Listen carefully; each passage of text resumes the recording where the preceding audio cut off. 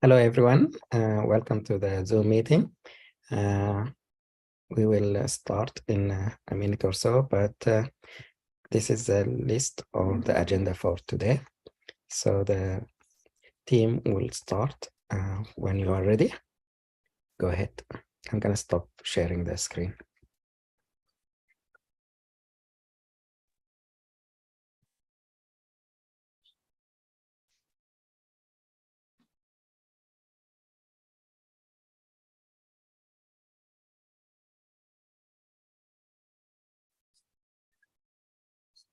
So I wish all you all the best, all of you.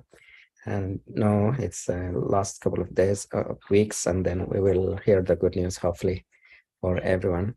I hope all of you match this year, and we can learn more about that. So today is gonna be a busy Zoom meeting, so we're gonna start when the team is ready. Assalamu alaikum. This is Bakheet. I'm a member of the Pink team. I'll be leading the meeting today with the help of Dr. Miqdad. So we have 4 topics to be presenting today. The first topic, as you can see on the app, is preventing falls in older adults. This will be presented by Dr. Rawan Ahmed. So Rawan, if you're free, you can go ahead with your presentation.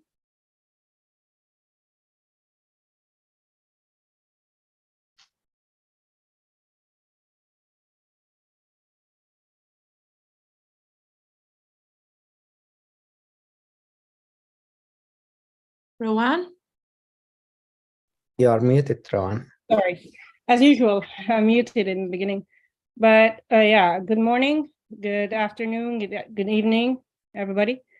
And I will start with my presentation. I'm going to share my screen now. And here, sorry.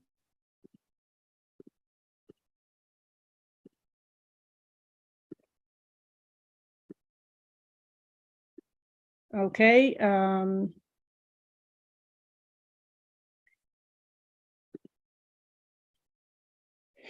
So I'm going to present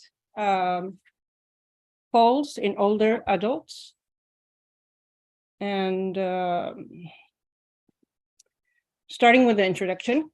So falls in general among people who are 60 years older, 60 years and older are increasing despite considerable research and clinical effort.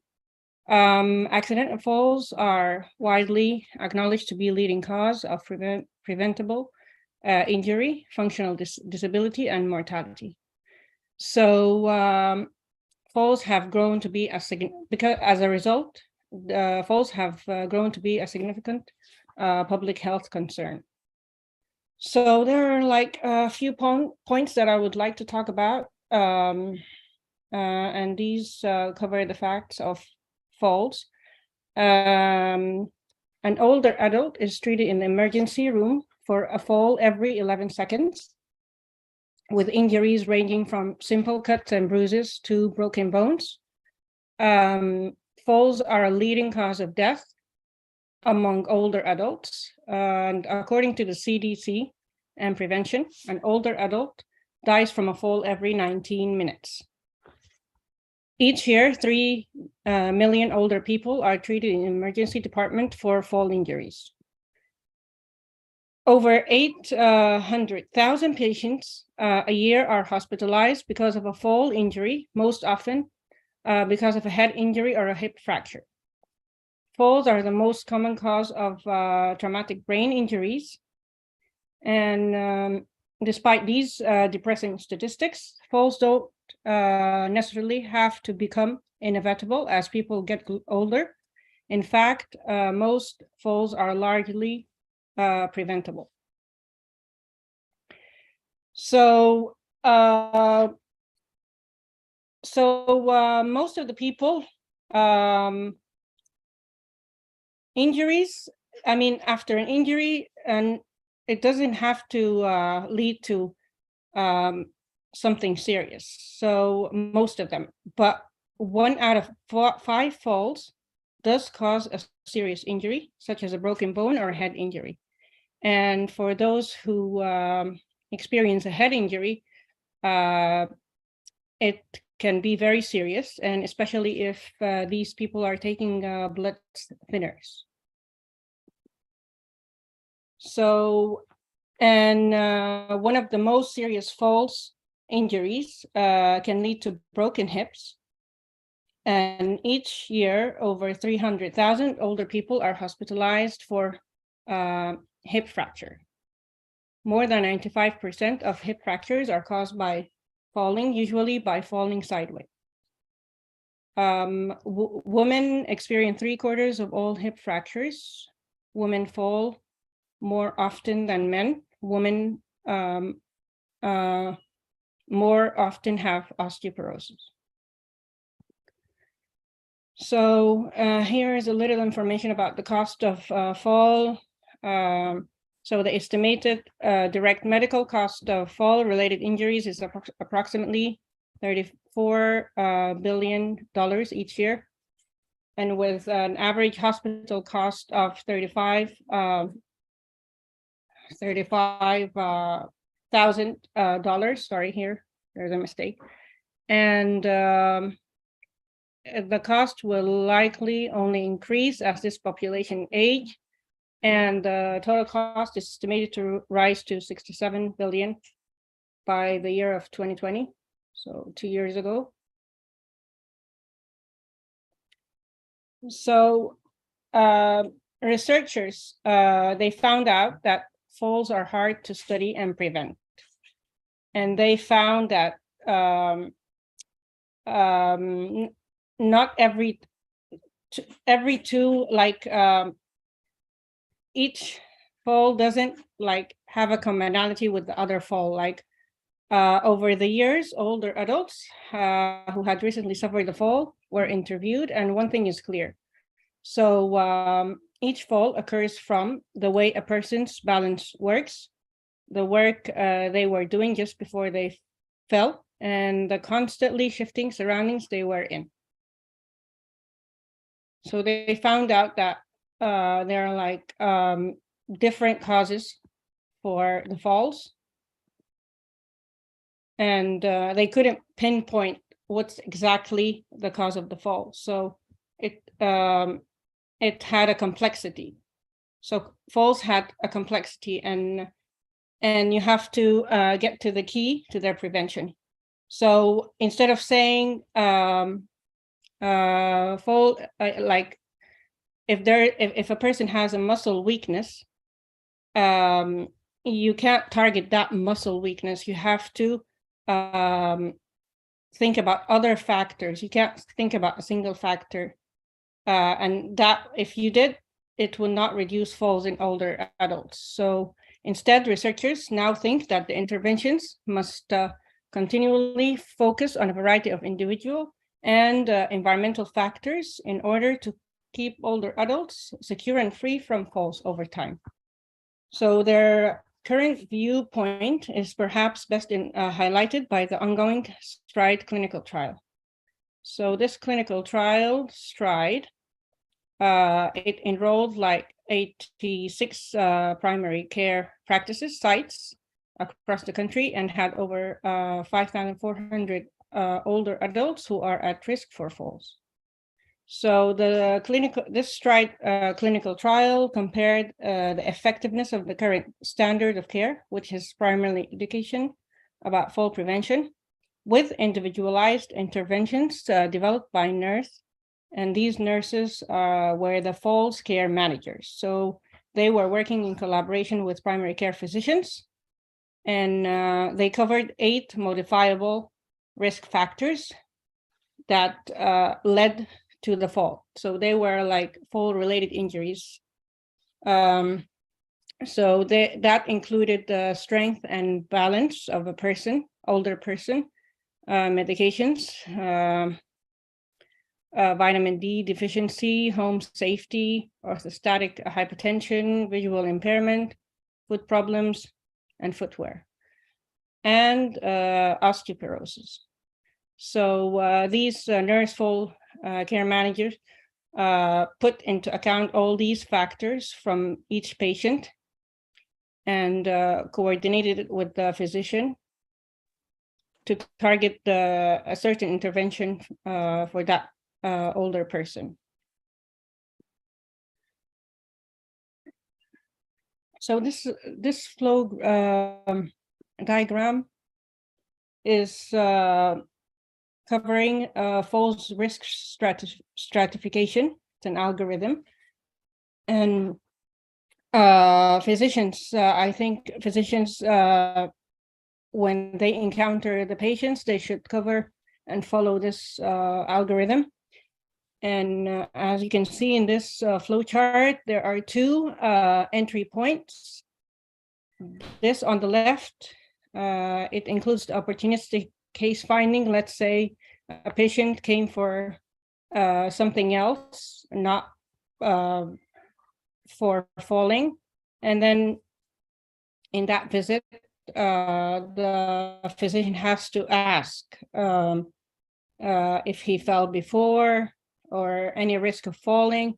So not necessarily that he fell down or her.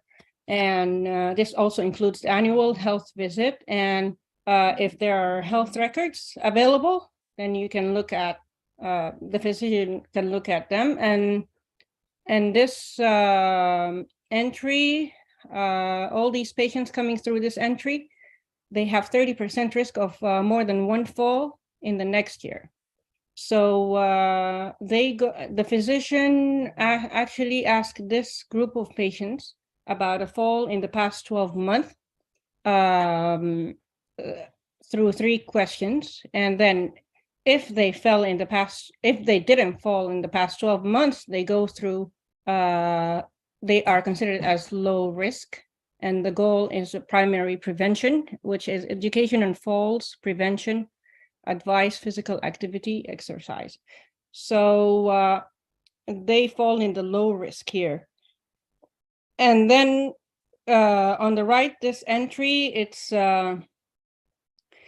presenting to a healthcare with fall or related injury. So you already, that person already fell down and he came presenting to the physician with a fall or related injury, and his or her percentage is 70% risk of more than one fall in the next year. And if yes, of course, they go through assessment of fall severity, and one is enough out of all these 5, either injury, more than 2 falls last year, frailty, lying on the floor, unable to get up, loss of consciousness, suspected syncope.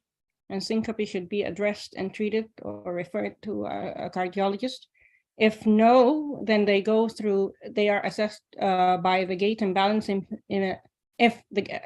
the gait and balance. And if it's impaired, then yes, they are considered intermediate risks. And there's a goal, secondary prevention, to improve a major risk factor, which is tailored exercise on balance, gait and strength, physiotherapy referral, so education and falls prevention. So this is intermediate risk, and they are assessed by the gait speed, which is less than 0.8 meters per second, or alternatively, the timed up and go test, which is more than 15 seconds. So if it's impaired, then they go through the intermediate risk, and they are they get exercises on the balance of their gait and on the balance of their gait and strengths as well. So going back to this box again, assessing the fall severity, if it's yes, they are high risk. If any of these 5 that I mentioned earlier, then the goal, secondary prevention and treatment, multifactorial falls, risk assessment, individualized tailored interventions, and follow up in 30 to 90 days. And here, the low risk and the intermediate risk, they get reassessed in 1 year. And going to the next slide. Okay. So coming here to how to prevent falls, you take into account as a physician, first of all, the mobility. You assess the balance of the patient through tandem stand or one leg stand. Like tandem stand is in this picture, you put one foot in front of the other and, raise your hands on the sides, arms, and see if you balance. And the gait, again, is a timed up and go, more than 15 seconds. You assess it this way, or get up and go. You ask the patient to get up and walk to the end of the room and come back and sit. You just observe. And then also you assess the muscle strength through hand grips strength, or assess if the patient needs a walking aid. Also check footwear and foot problem, inappropriate footwear, and if he needs referral to a podiatrist or her.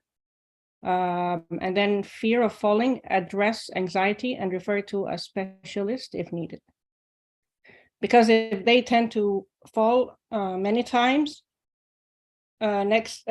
the following times, they always have a fear of falling, and then they get weak. And yeah, and it's like a vicious cycle, and they keep on falling again and again. Continuing on, so to strengthen all of these, gait, balance, and the mobility, you advise them to exercise. And according to the Harvard Medical School Special Health Report, they said that tight, stiff, or weak muscles coupled with bad posture and lack of stamina can affect balance and cause falls. So they have to exercise to strengthen all their muscles and to be more flexible and not stiff.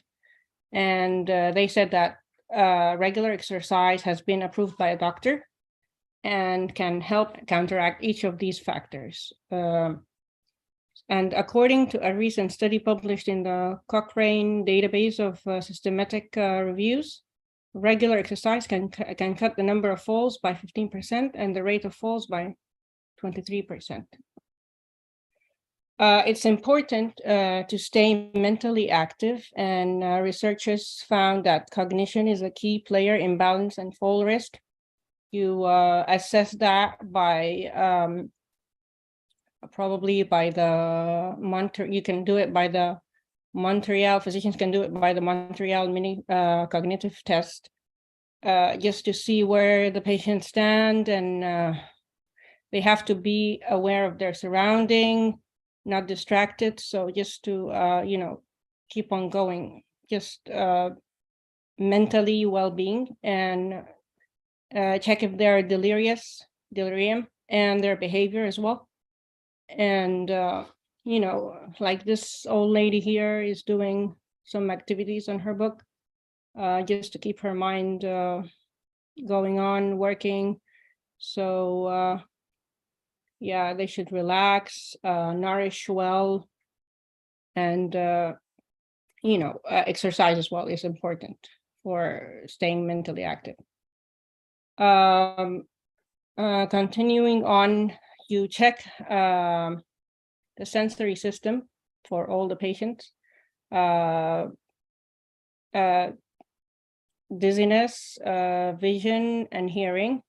So you take history, you do physical examination for all of these systems.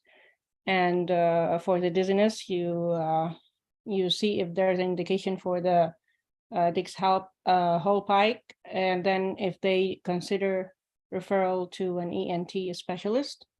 You check the vision subjectively, objectively as well. Subjectively by history taking, objectively by checking acuity, and see if they need glasses, and also referral to ophthalmologist. Hearing, you also assess subjective hearing by history taking, and then do the assessment if there is any hearing problem, and then consider using hearing aids. If indicated, refer to an audiologist or an ENT specialist.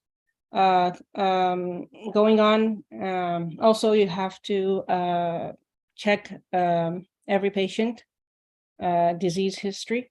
If they have cardiovascular disease, so you take history, you do physical examination again, do EKG. If indicated, further assessment may include tilt table testing, including carotid sinus massage. You know, it can affect standing up. They can fall due to syncope. And if it needs, also refer to a cardiologist.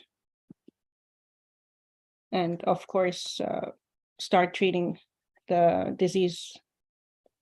Other diseases such as contributing diseases or atypical. So again, you perform a clinical geriatric assessment for diabetes, osteoarthritis, any neurological disorders that can lead to imbalance or any sensory loss like Parkinson's disease and polyneuropathy and stroke. Again, cardiovascular diseases, cognitive or depressive disorders, delirium, anemia, electrolyte disorders, a thyroid disease, frailty. Sarcopenia is loss of muscle mass. And fracture risk, of course, osteoporosis. And then assess for potential atypical disease like pneumonia, such as pneumonia, and especially in acute care setting. Then you also have to cover the nutritional history for each patient. You see where they stand in nutritional status. You check their vitamin D, vitamin B1, B12, folic acid, and for substance abuse, as well as light moderate alcohol use. And of course, vitamin D again. If any high risk for a deficiency,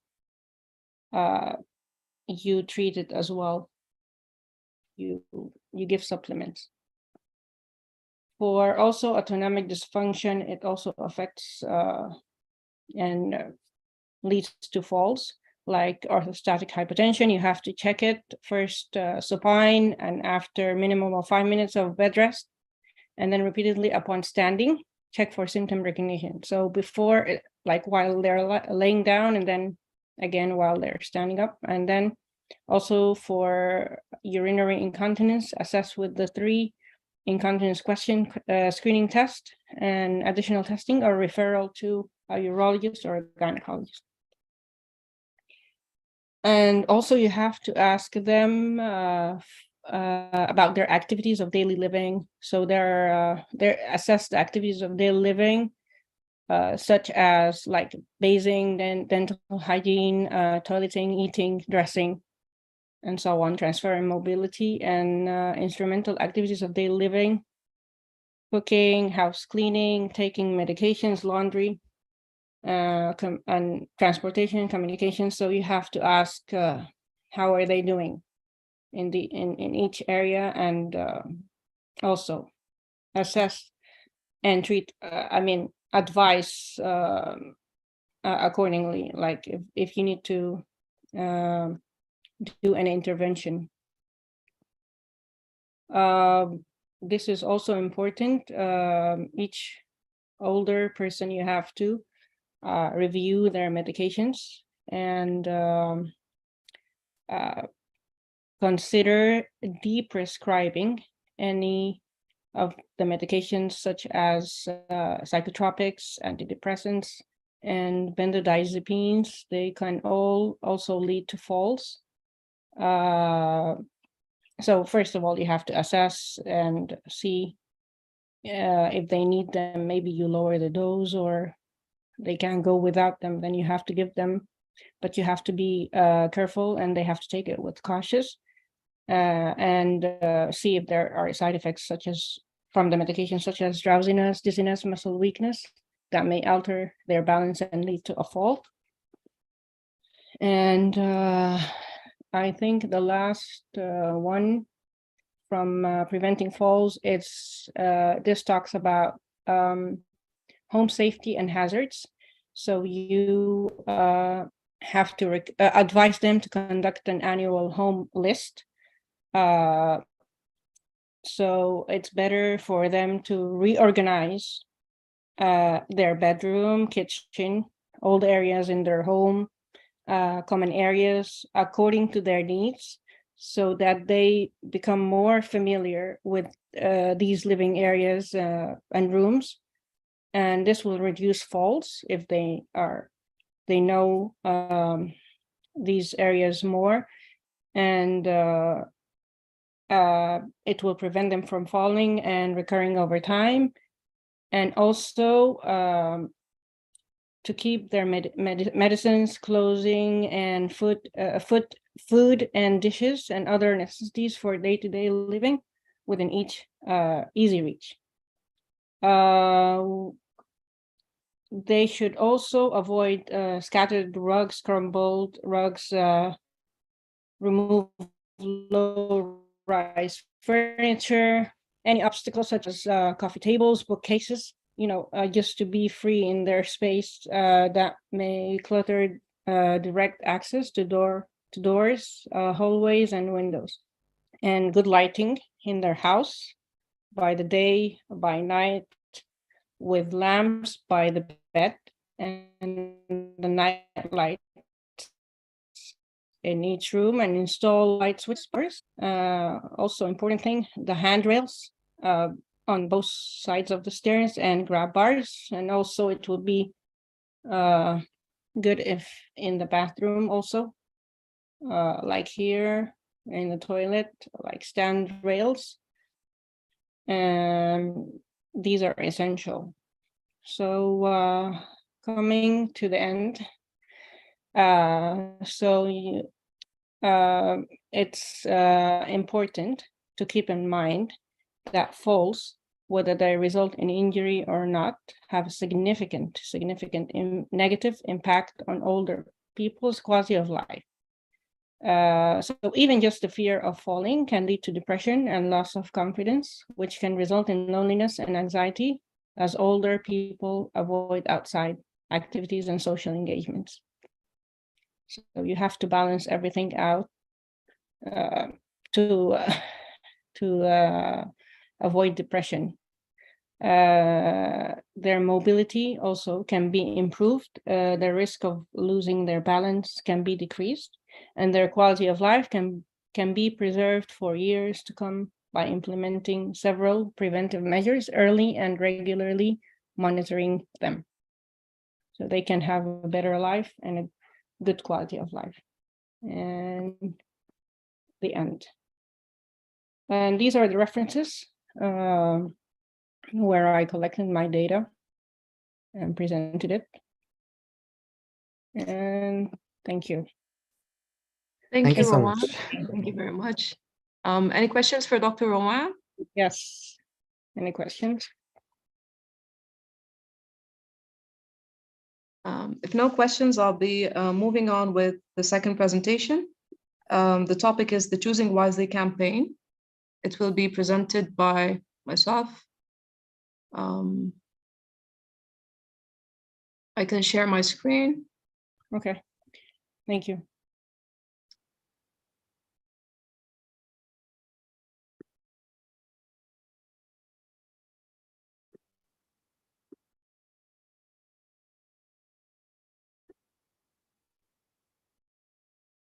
Thanks, Rawan. So I'll be sharing my.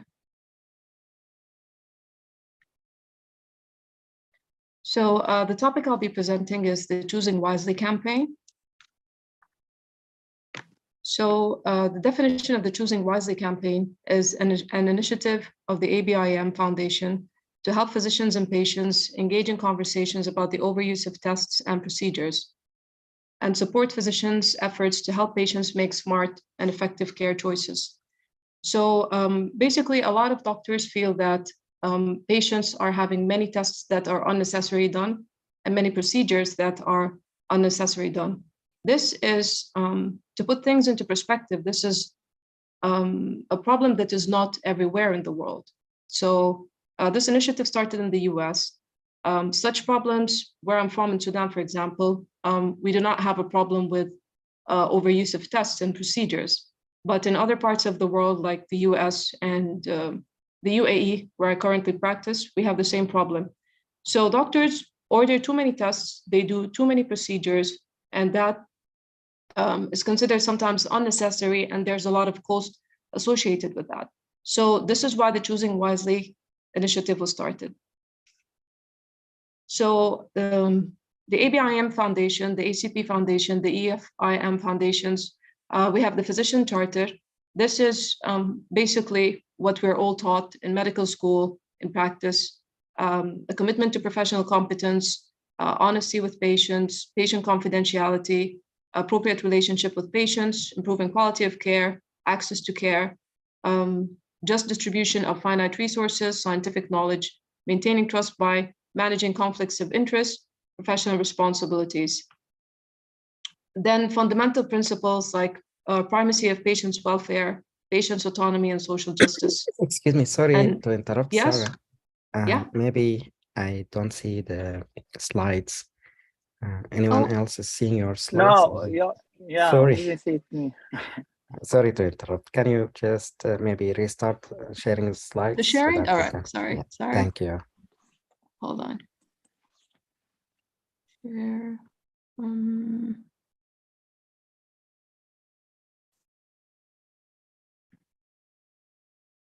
So how about now? We go. Yeah. Yeah, it's clear now. Yeah, we do see. All right. So this was the definition of the initiative. We're discussing the fundamental principles. So an important principle is patient autonomy. So by definition, autonomy is that a competent adult has the right to make informed decisions about their own medical care. This is an important concept that a lot of people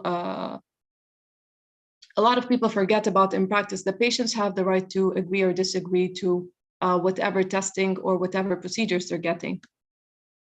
So speaking about motivational behavior, all humans have three basic rights, and these are three basic psychological needs, which are autonomy, competence, and relatedness. If we would like to apply this to medical practice, if a patient comes to the clinic, a 75-year-old Baba comes in with pneumonia, and you offer them a chest X-ray and IV antibiotics. So autonomy is that this patient can make an informed consent about what you're offering. They can say, well, no, I don't want this imaging, or yes, I agree to these IV antibiotics.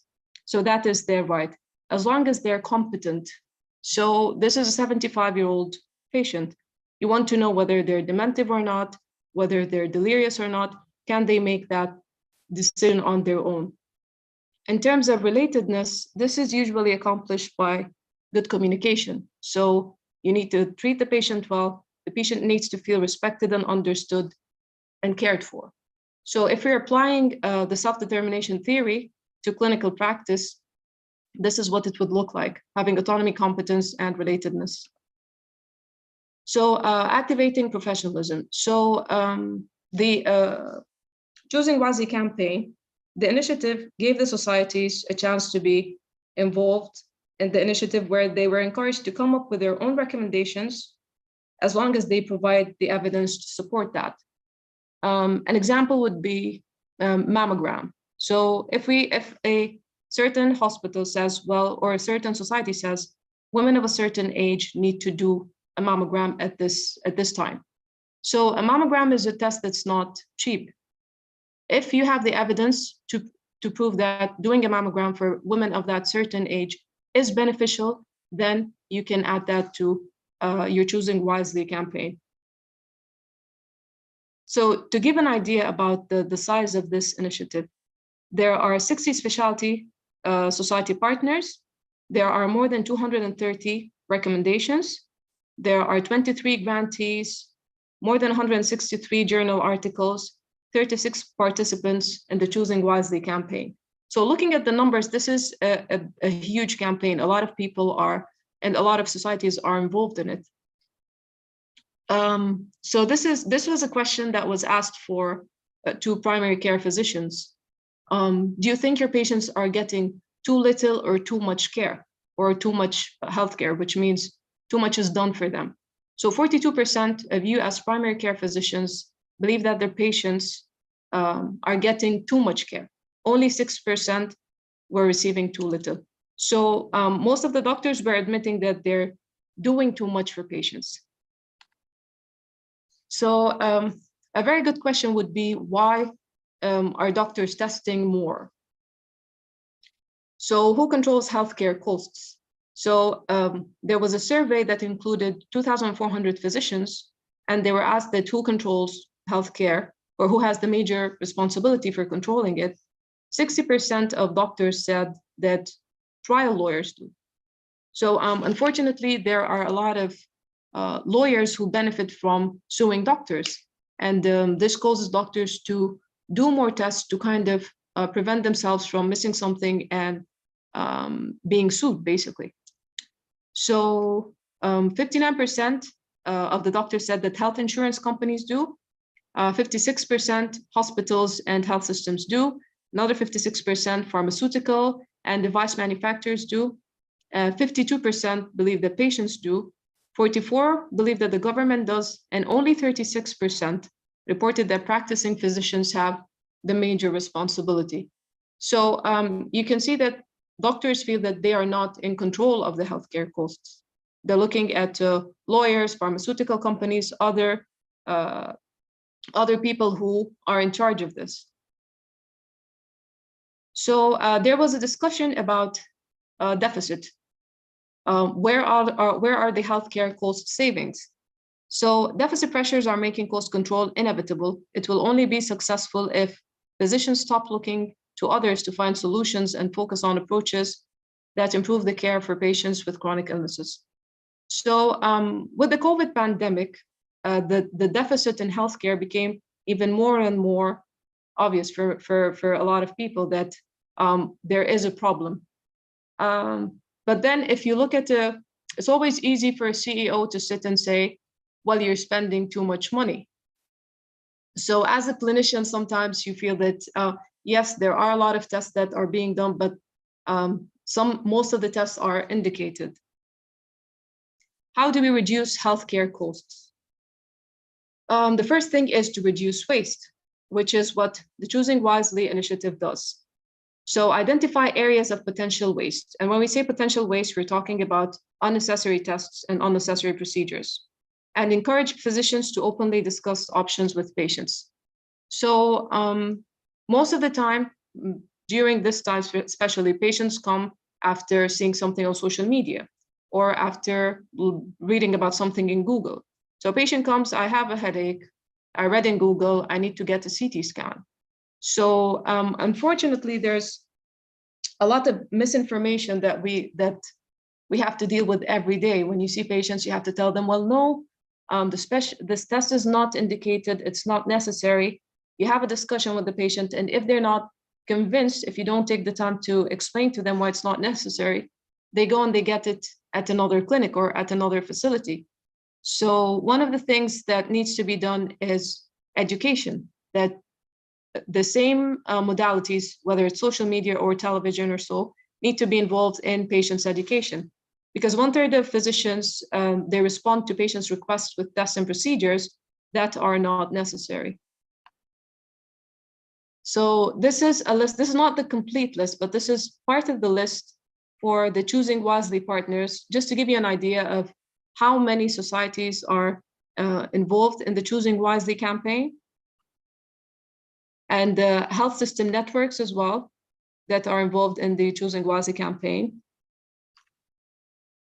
And these are some examples. These are some examples that I picked to explain how some hospitals are including the Choosing Wisely campaign in their practices. So Cedars-Sinai, for example, they have incorporated 120 of the Choosing Wisely recommendation into their EHR system. So an electronic health record or an electronic medical record Usually, this is what we have where I practice. So usually if you put an order for a lab test, or for example, an order for an echo, when you try to sign it, a message will pop and say, well, this patient had an echo on the 20th of February, and here's the report. Are you sure you want to repeat that echo? This is a good reminder, but the downside for it is alert fatigue. So while you're putting in your notes and putting in your orders, if you get recurrent alerts that say, are you sure you want to do this? This test was done, this was ordered. You get alert fatigue and you stop paying attention to it. So a lot of physicians get, they get bored and they continue to click past that. So this is one of the systems that have incorporated the Choosing Wisely campaign. This is one of my favorite slides. This is the this is one of the recommendations. I'm sorry. Concentration. Hello. Sorry about that. Okay. So so for family physicians, they have put some clear guidelines about certain things. For example, there are certain presentations that are very common in practice, like lower back pain, like sinusitis. And this is where you do a lot of testing or prescribe unnecessarily. So putting clear guidelines for such presentations would help cut the cost. For example, patients with lower back pain. If the pain is there for less than 6 weeks, no red flags, do not image. So patients with sinusitis, if they haven't had the symptoms for 7 days or more, you don't give an antibiotic. DEXA scan. So if a patient is a female younger than 65 or a male younger than 70, you don't need to do a DEXA scan. You see 40-year-old females who are not on steroids, there's no reason for them to have osteoporosis, and they've had a DEXA scan. EKGs, there's no indication for annual EKGs for patients with low risk or with no symptoms. The same for pap smears. If a patient is younger than 21 or has had a hysterectomy, you do not need a pap smear. So this is a very excellent example for how putting clear guidelines can reduce the amount of unnecessary testing. It can also support the doctor when they try to defend themselves if they were sued or they had to answer to why did you not do this test for this patient. There are clear guidelines and I followed the guidelines. Another example is Anne Arundel Medical Center. So what they did is that they tried to involve the patients in decision-making. So they put consumer reports in their EMR system so that physicians can provide them to patients. So patients would understand more and be able to make more decisions about their care. They also provided newsletters and e-news for the staff. The staff never read the e-news and newsletters, but giving patients the more information about their illnesses would definitely help. So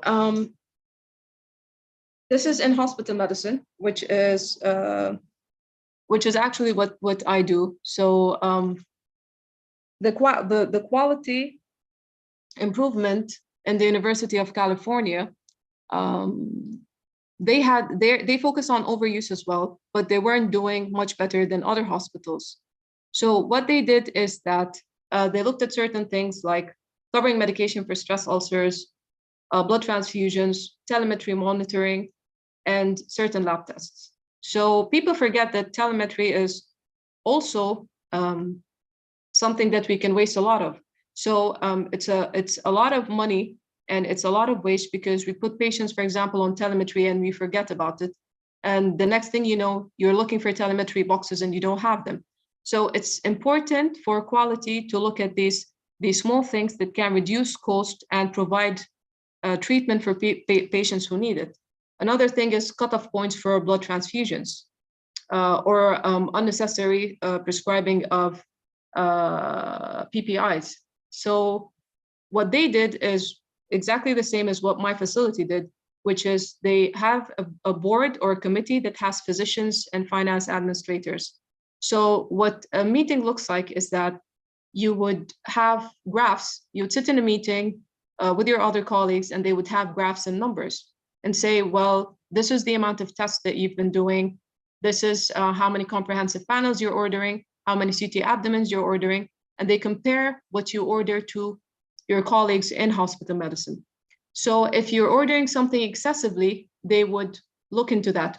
Why do you have CT abdomen of more than 20 or 30% than your colleagues? So, and usually there would be a finance administrator who would go through how much money this is costing the hospital, how much waste this is costing the hospital, and the numbers can be surprising. So this system works because it looks at numbers, it looks at unnecessary prescribing, and it looks at the quality as well. So I like this one.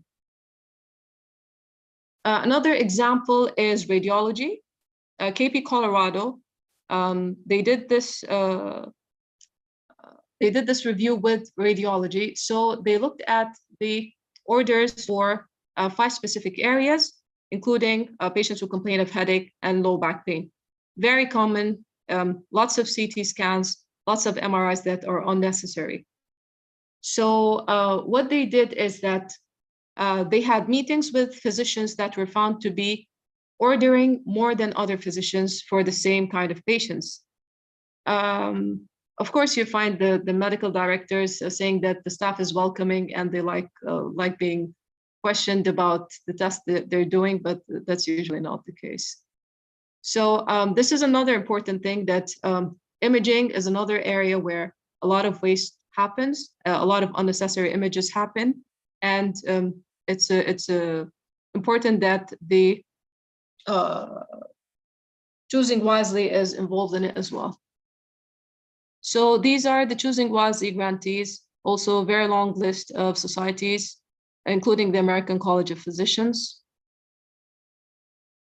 Another example I put here is the American Society of Echocardiography. This is actually an example that I don't like, because they basically developed an app. So an app that allows physicians to access the recommendations for Choosing Wisely, and the app would determine whether an echo is appropriate. I haven't seen the app, so I shouldn't judge the app, but honestly, it's very difficult to digest that an app would tell you whether or not you need to do an echo for your patient. So they mentioned that through the app, the American Society of Echocardiography could reach over 200,000 physicians, and that the survey would measure the physician's understanding of the information. But honestly, if you need an app to order an echo, you don't need to be ordering an echo. So this is an example of something that I did not like as a clinician. So this is a quote from one of the medical journals that said that we have created a medical ecology based on overprescription and overconsumption on the part of both physicians and patients. What Choosing Wisely has done is legitimize our ability to cut back on what's necessary. So I think that this really is the American way, overprescription, overconsumption.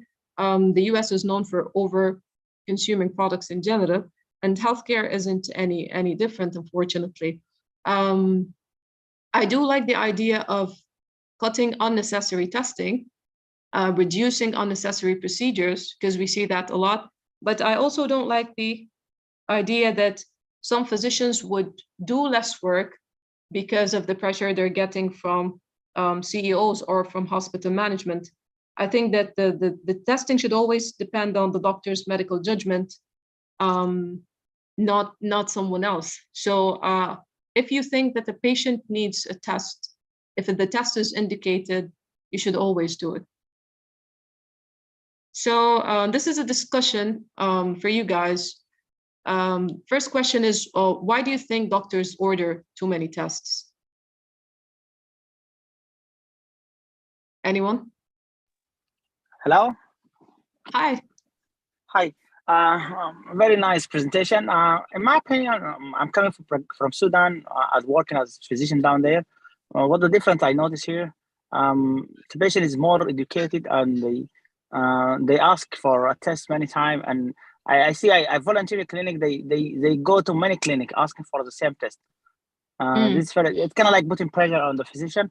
And the second thing that I notice, as we hear from my colleague, the swing every now and then they even if you just they're gonna find every morning you will find a call to sue a doctor regarding like mesh hernia repair or whatever. Every time they just running after doctor for suing and stuff like that. I think this is two reasons, in my opinion, that's making the doctor to order unnecessary or it's kind of like unwisely test for the patient.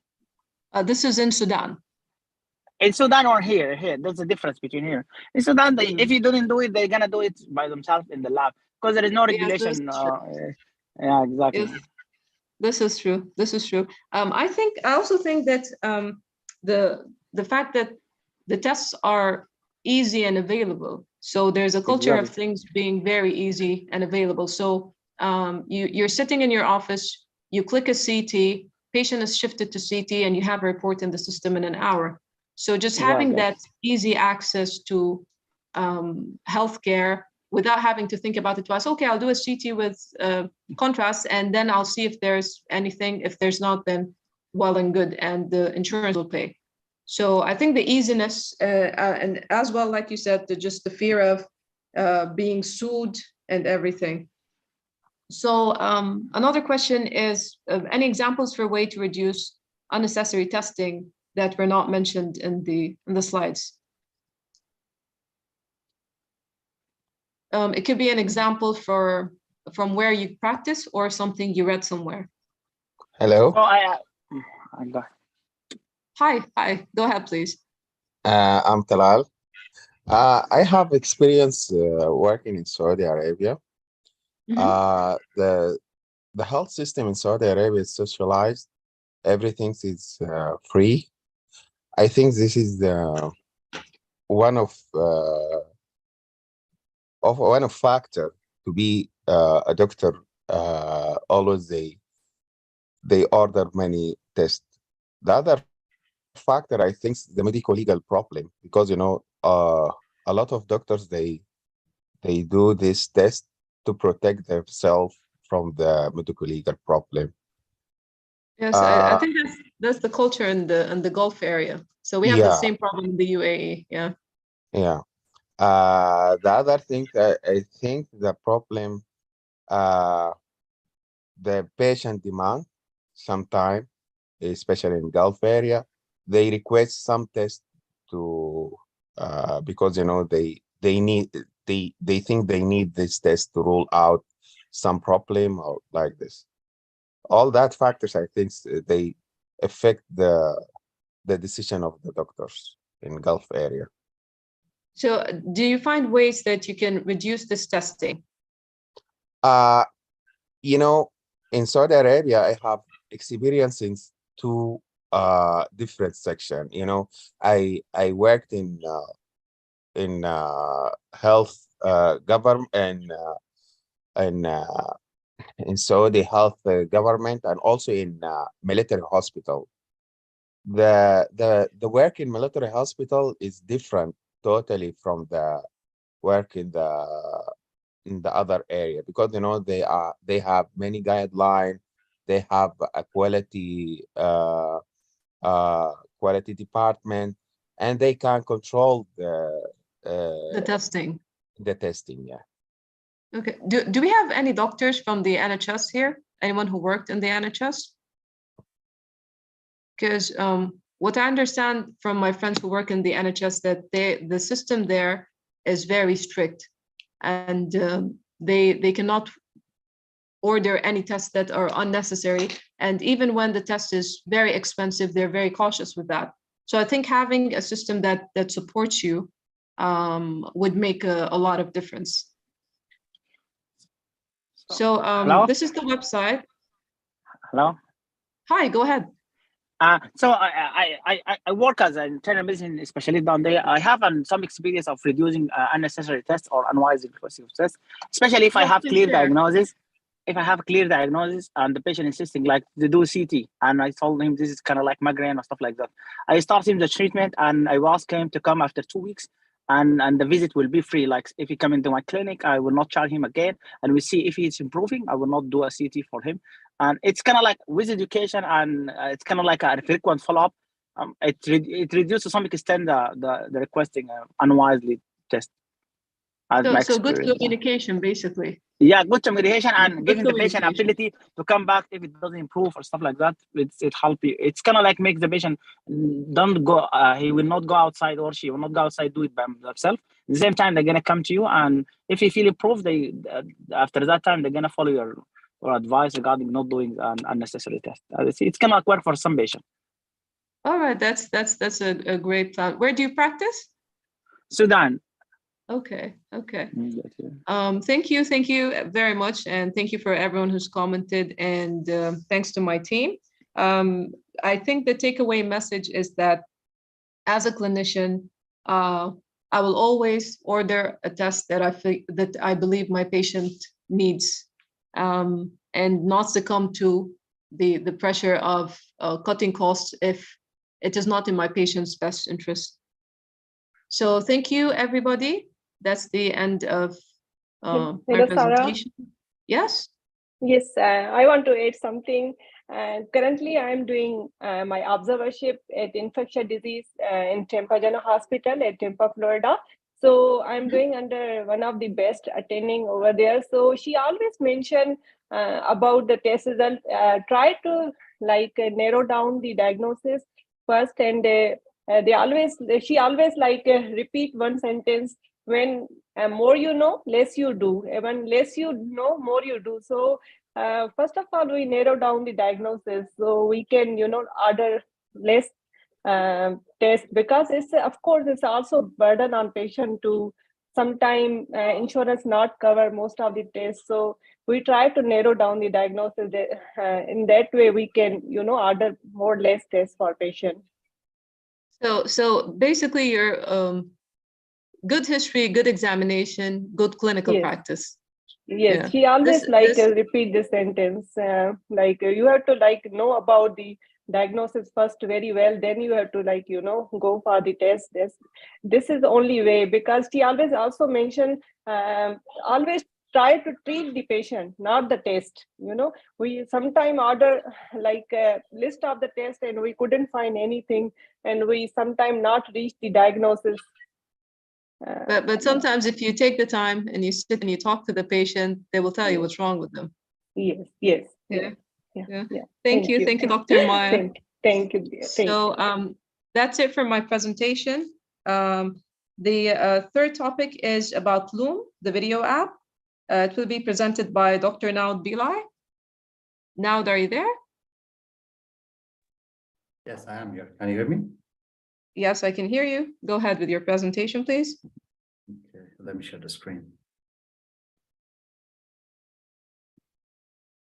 Can everyone see my screen?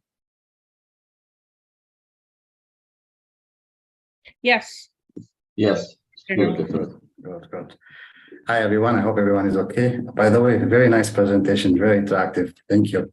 So today we will see Loom. Before we do Loom presentation, we're going to just briefly go what we have done so far in terms of application for this group. Why do we need the additive applications to our medical knowledge and how to apply them? So currently, most of us are familiar with this stuff like as WhatsApp, Zoom, Instagram, Facebook, MySpace, Telegram, Skype, Google Duo, and Bottin. So all of these mode of communication have something in common. They can either be used as audio communication, they can either be used as a video communication, either they can be used also for social networking and social posting, or they can either be used as a form of a discount way of communicating with your family, friends, or other form of people. But most of platforms, they don't use this as a professional way of communication with the small exception of Zoom and Skype. But all of them have two factors in common. One is audio and video interactive. So let's say with WhatsApp, you can call someone, you can send a video, you can have a video chat. Zoom, same thing. Instagram is most of like posting pictures. Telegram, probably same stuff as WhatsApp. Skype is also can be used such as for studying, like most of us use for step 1 or step 2. And Google do also the same, and Bottom the same. Previously on this group, usually when we do our Saturday meetings, we usually focus the first two presentation on the medical aspect of medicine, and the third and fourth usually on application of technology to medicine. So far, I think we have seen Ryan, the communication platform for sharing different research topic and flagging them. ChatGPT, I guess, was presented last week or before 2 weeks by someone on how to use it as a search engine. Canva was presented by me as a form of graph. Jane was also recommended by Dr. Nadir as a form of finding research. We also had the researcher application. And I guess today, Dr. Mohammed is going to present up on ePrognosis. We all are familiar with Discord. And last time also we have discussed about AI, Access, Colbot, Grammarly, Quitext, etc. So as you can see, all of them have something in common. They look more to be task-specific and task-oriented applications. So research, graph, finding a research, this is a card, this is a group, this is AI. So today we're going to add one application to this already discussed applications, which is Loom. But all in all, there might be a question that could be asked here. Why do we need all this application on top of the already existing application, which was here? First, nowadays, having only a medical knowledge or being proficient in your scores or in letter of recommendation or any form of distinctive academic accomplishments is not good enough to fit into, especially the US system, because most of us will eventually apply for residency. Your ability to navigate any of this application also will make you a better fit, especially when you apply the medicine in real life. So at least you should have at least a good idea of this application. And today we're going to add the Loom to this application. Now we're going to see what the Loom is. So Loom in brief one is a video making platform that you can record a video using or incorporating presentation, background noise, background PowerPoint presentation, or any form of content that you want to present to your audience or your recruiters or your business partner or whatever people you want to communicate. And one important thing is most of this mentioned application nowadays are used apart from the Ryan, Canva, and the researcher are used by people who either work in IT, social networking, programming, coding, or marketing. But we can also use this application for us, especially for medicine, because as long as this application helps us in making a good impression. So usually the Loom will be used as a short or long video platform sending to your recipient. It's also user friendly. So what's interesting about Loom is there's a quote saying that what you see and listen tends to stay with you for a long time. So nowadays, if someone sends you a 2-page email or 1-page email, most of us, to be honest, we don't read that whole email. But if someone sends you a 5 or 6 minute video with a background presentation, and he eventually or she eventually send you the whole email after a week, there's a tendency of you to read the email. So short, precise, and clear message through Loom video also give a good impression to people to follow through whatever you are going to send to them. For example, people like me or maybe some other group members in this group may end up applying for residency for 2024 match. So instead of communicating with the program directly, sending your CV and your ambition about medicine of 2-page, you can easily attach a 5-minute video with your face showing and you talking, and with your resume or whatever achievement you made in medicine, attach it to it. So there's a tendency for people to have like abstract, simple, and easily communicable form of communication. People tend to absorb this more as like a more extensive paper or resume. So this is where the concept of Loom comes in. So as I said, it can be used for instant short communication, brief and good first impression is shareable. And you can also use for comment and networking. So now we will go through how to get into Loom. So what you do is just, you can Google and say loom.com, and this interface will immediately show. So there is a free version, which you can use it for free. And there's also a version that you pay minimum amount of money per month, depending on the quality and the type of services that you require from Loom. Today, we're going to try the one which is for free, and I will also show you what the other applications which you are supposed to pay some money will show you. So you go to Google, you click on Loom, you can either click here, get Loom for free, or you can sign in. And so we will go for free. And as long as you click on the for free application, it will ask you for your email and your name. So just in order to save time, I have already registered with Loom. So what you will do is just you give them your email, your name, and you create a password. So for me, I'm going to put my password here. I'm in my email, and I'm going to put my password also here.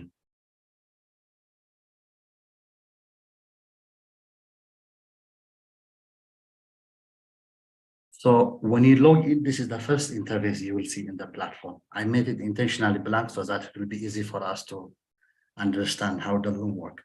So on this side, you will have like a normal application, some buttons to click, so that will show you what to do and what not to do. My name, as my account is here, Naod.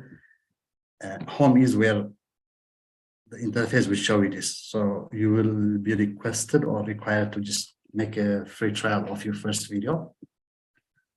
Before we go on make our first video, in this upgrade button, you will have all the 3 or 2 versions of Loom services they offer. So for a starter, which we are going to do it for now, is for free.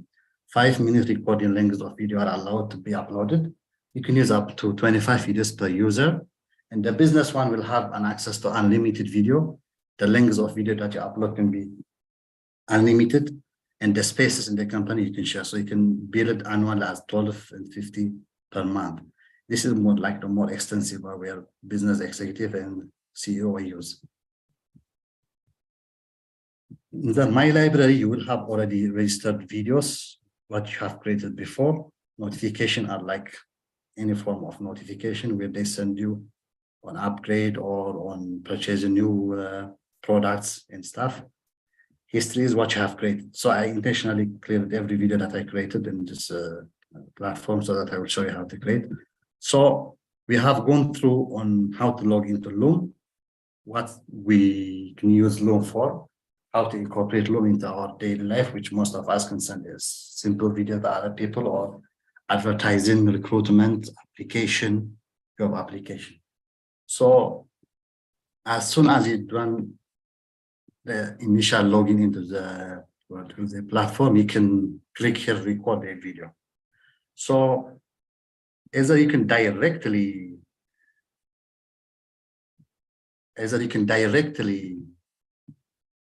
record a video here, but there is also a shortcut where you can upload the the Loom platform to Chrome, and it will show up as a sign button here. So this is the official logo of Loom, and it's up here. So you can click whenever you want to create a Loom video, and your account will pop up.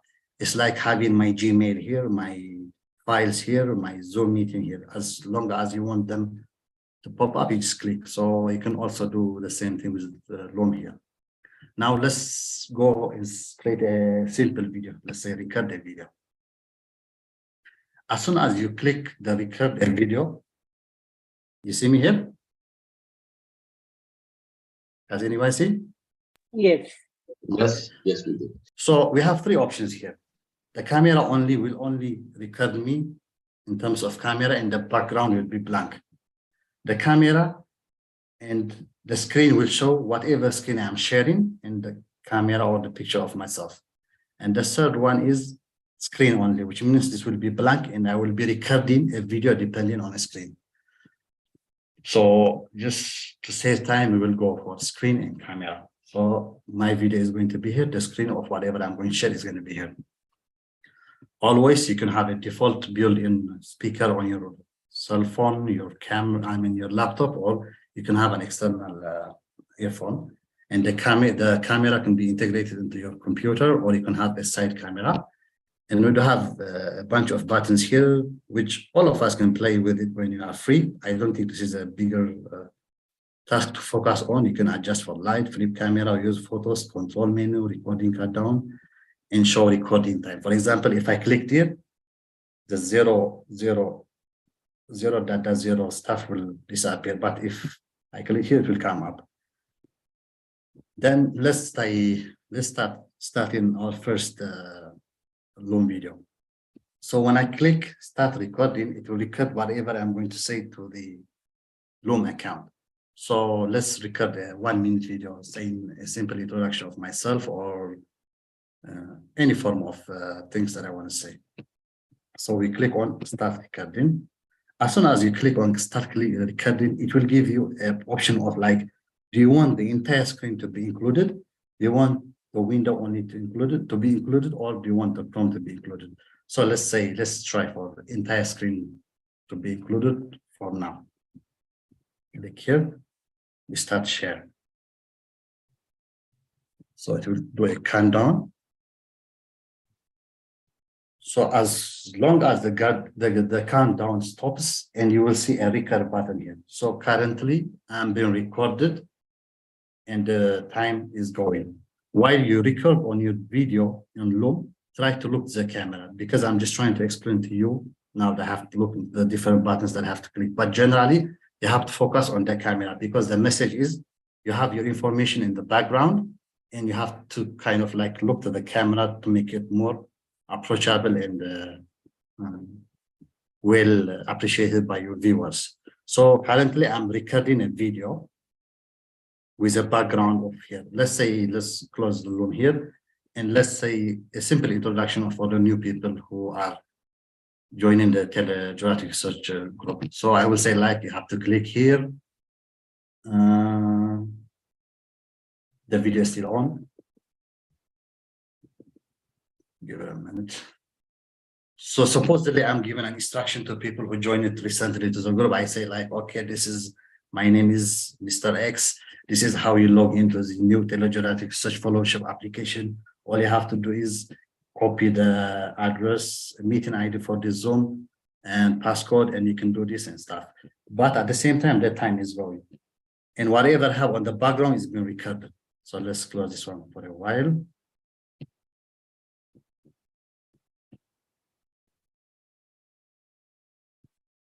Can you see me, guys? Give me 1 second.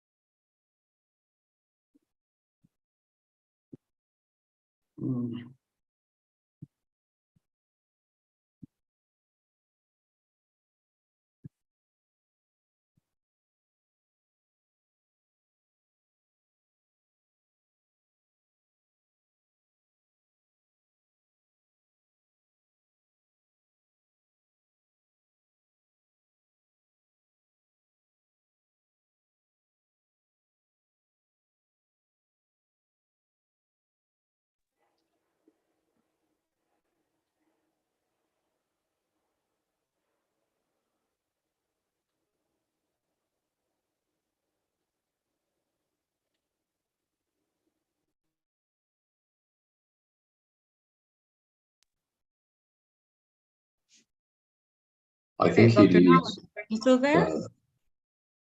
Yeah, I think he left the meeting by mistake, maybe. Okay. We'll Let try to me- get him on. Yeah, Yeah, we can try text to him. get him back on WhatsApp. Dr. Miqdad, would you like to go on with your presentation? I'm back. Yeah, Sorry. I'm ready. Oh, you're back. Great. I think, yeah. Okay. I'll just Okay, finish it up and let's then go we can- back to Dr. Naod. Sorry for the interruption. So we have already gone through how to just basically go through Loom, record the video. We'll just do a simple repetition of like for 4 or 3 minute video. So let's say start recording a video. We say This one, share. We'll start recording a video. I just want to show you how to send the link to other people, and then how to copy and send it to other group members. So I will click here, stop recording. So here is my recording of like 5 seconds or whatever I was doing early. So this is like a record message of what we have created before. Then you have a bunch of buttons on this side. So either you can share it with other people, you can write the email or workspace, and then it will show up in their email. They can watch the video, and you can also send it as added link. So all you got to just copy the link and send the link to people that you want to send the video, and that will also show in their platform. Trim and split is, for example, if the first 10 or 20 seconds of your introduction is not good, you can cut and only edit the videos you want. And the chain tumble is like the background one, and the video setting is like whatever recording preference you have. So you can go back here. You can see my library, which is this one. So I don't have a two recording here. The one I did early, which was the first inside of the presentation, and the recent one.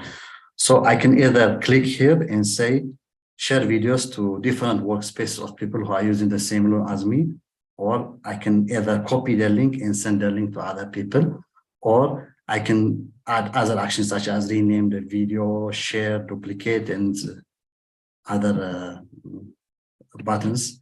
So if I don't like the video, I can delete the video.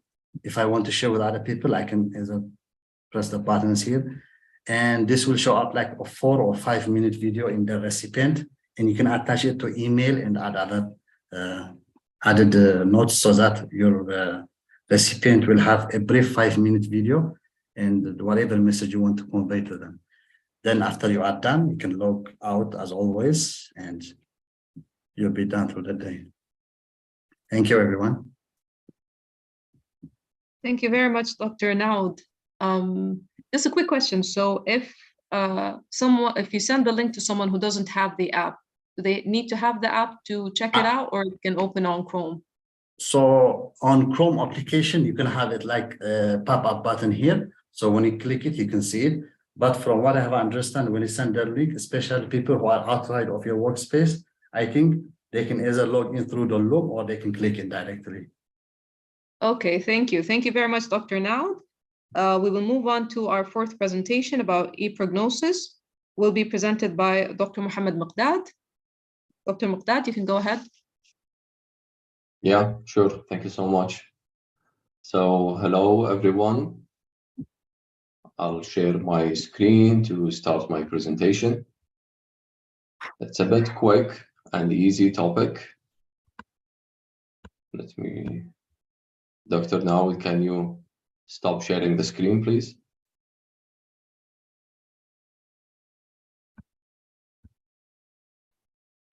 Yeah, thank you. Thank you.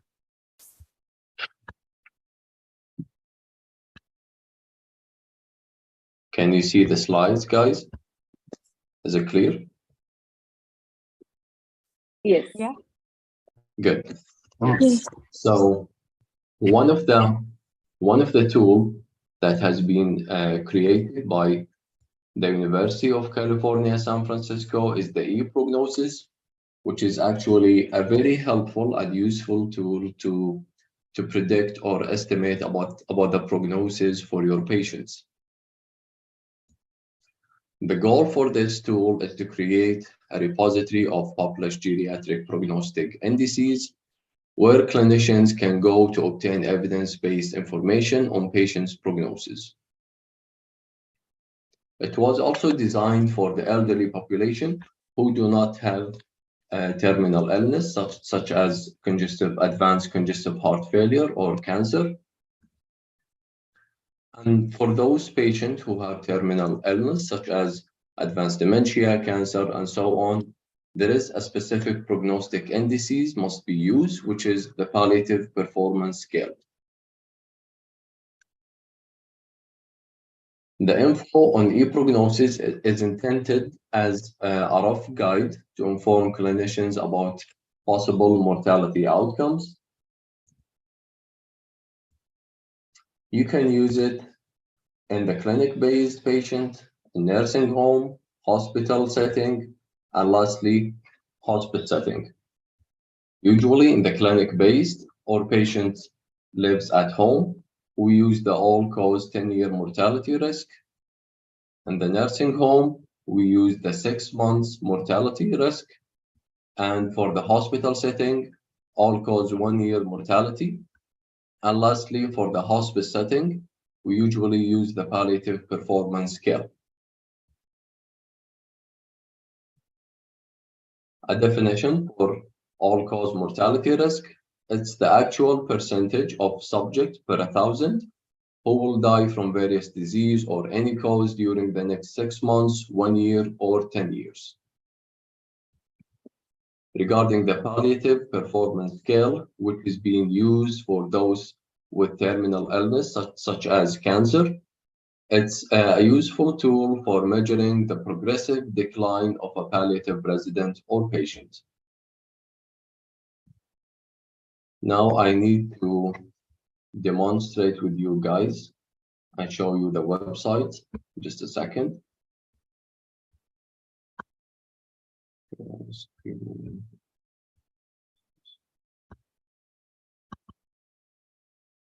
Can you see the website, guys? Yes, we do. Good. So this is the main page of the website.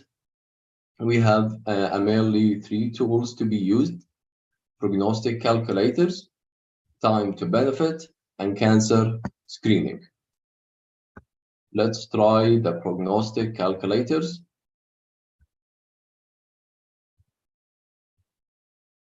So the first question would be, where is your patient? In the clinic, or living at home, nursing home, hospital, or hospice? Let's say that you have a patient admitted for a long time in the ICU, for example, for massive CVA, he's tracheostomized on PEG tube feeding, and you want to measure the mortality. So the first question would be, has the patient received palliative care consultation? Let's say no, because the patient doesn't have active cancer disease.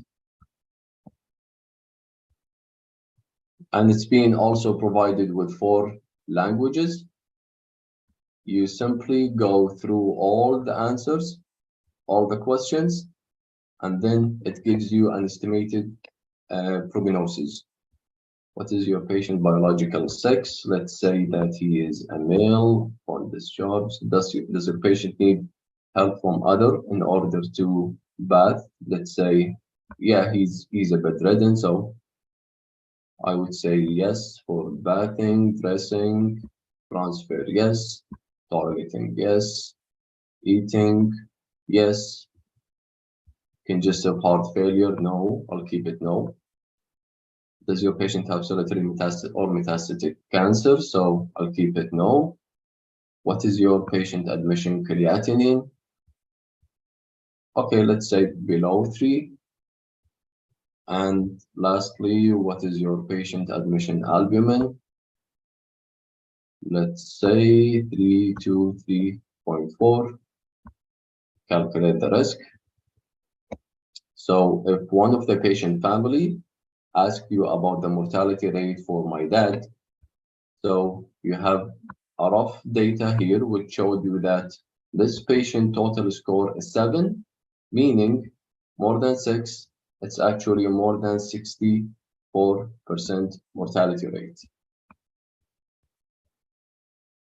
And as we said, you can use it for several languages. Let's try then another prognostic calculator. Let's say a patient comes to your clinic and asking you about mortality. Dementia, no, the patient doesn't have dementia. Is your patient in the US? Let's say yes. From clinical issue, let's say 1 year. Is it going to have advanced cancer? No. Being diagnosed with of the following. Let's see that he's a healthy male. So metastatic cancer, no. Congestive heart failure, no. Dementia, no. Renal failure, weight loss, hemiplegia. And let's assume that he is alcoholic. Any tumor, no. Cardiac arrhythmia, chronic pulmonary disease, coagulopathy, complicated diabetes, deficiency anemia, fluid and electrolyte disorders, no. Liver disease, no. And okay, let's say that he has HIV. Hypertension, no. Pulmonary circulation disorder, no. Psychosis, no. And this patient with HIV and abusing alcohol asked you about the mortality rate, the 1 year mortality rate. So now you can give him a clear, straightforward answer that, sir, your total score is 0, meaning that the mortality risk at 1 year is 3.6%. Any questions so far, guys? Anything you would like to be clarified more? Is it clear?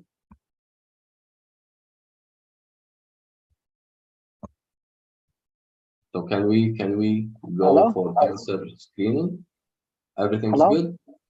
Yes, good. But No, I'm still, asking, but yeah, please go ahead. so if the thing is reversible, like someone have AKI or stuff like that, it will be put it in the curve, or it doesn't differ? No, it's according to where is the patient, first of all. The patient is Like hospitalized, so Mm. probably you will be asked about the creatinine level of the patient, and accordingly it gives you an estimated score about your patient prognosis and mortality risk. Mhm. So it doesn't differ regarding it is an acute or reversible or not reversible, stuff like that. There is no clear mention about it. So Mhm. in case of irreversible, most likely the patient will be in the nursing home, most likely, I suppose. And if the patient is terminally ill in advanced CA and he or she is dying soon, so most probably they will be in the hospice. So you can choose this. In the hospital setting, most likely it will be a reversible causes. Am I right? So it's all according to the patient location, where you can choose and go from there. Now let me show you guys the cancer screening. So let's say that a patient male, 50s, comes to your clinic asking you about the benefit of using colonoscopy and colorectal cancer screening. So you open this website and you start answering the questions. How old is your patient? Let's say 56, okay, and he is a male. He is also overweight. Chronic lung disease, no. Cancer, no. Patient with congestive heart failure, no. Patient have diabetes. Let's say yes. Patient is having diabetes. Describe your patient's cigarette use, and let's say that he is a former smoker. Difficulty walking, no, because of healthy or memory problem. Difficulty managing money, so let's say no. He's mentally well. Problem does the patient have difficulty with bathing or showering? No, because problem does the patient have difficulty pushing, pulling large objects? I'll keep it no. So a 56 years old male comes to your clinic.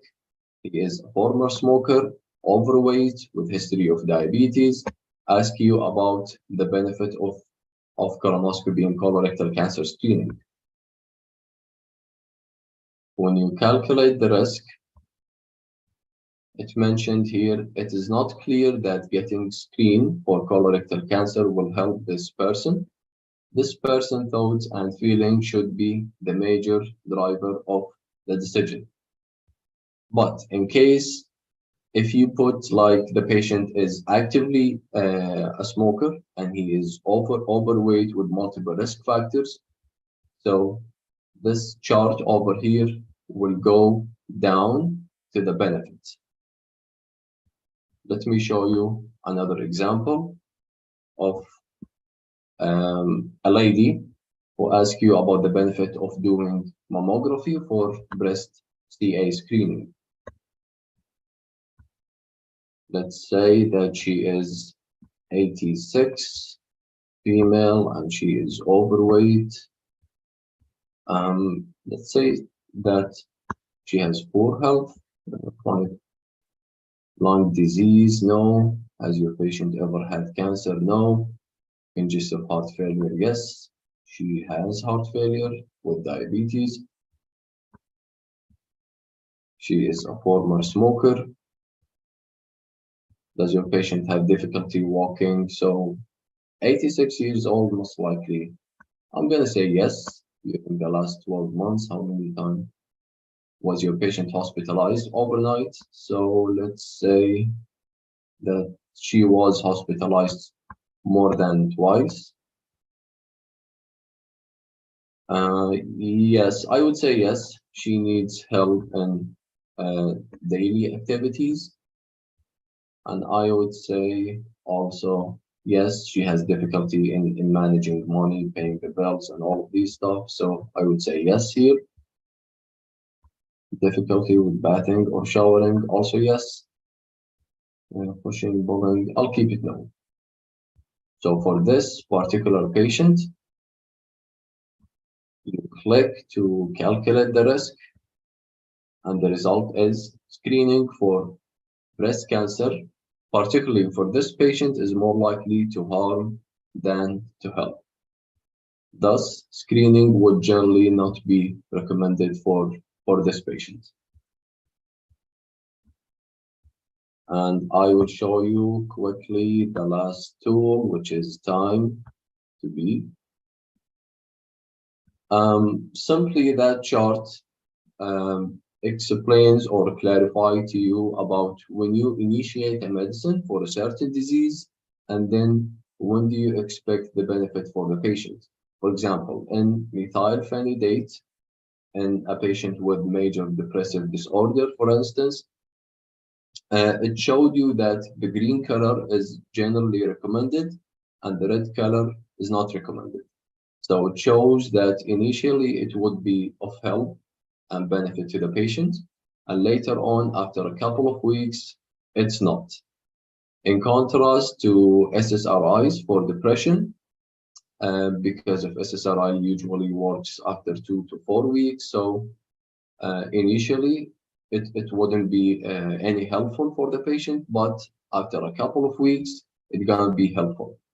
The same scenario with the hospice admission, which is initially beneficial to the patient, but later on, after let's say 6 months, it's not that helpful or is not recommended to the patient.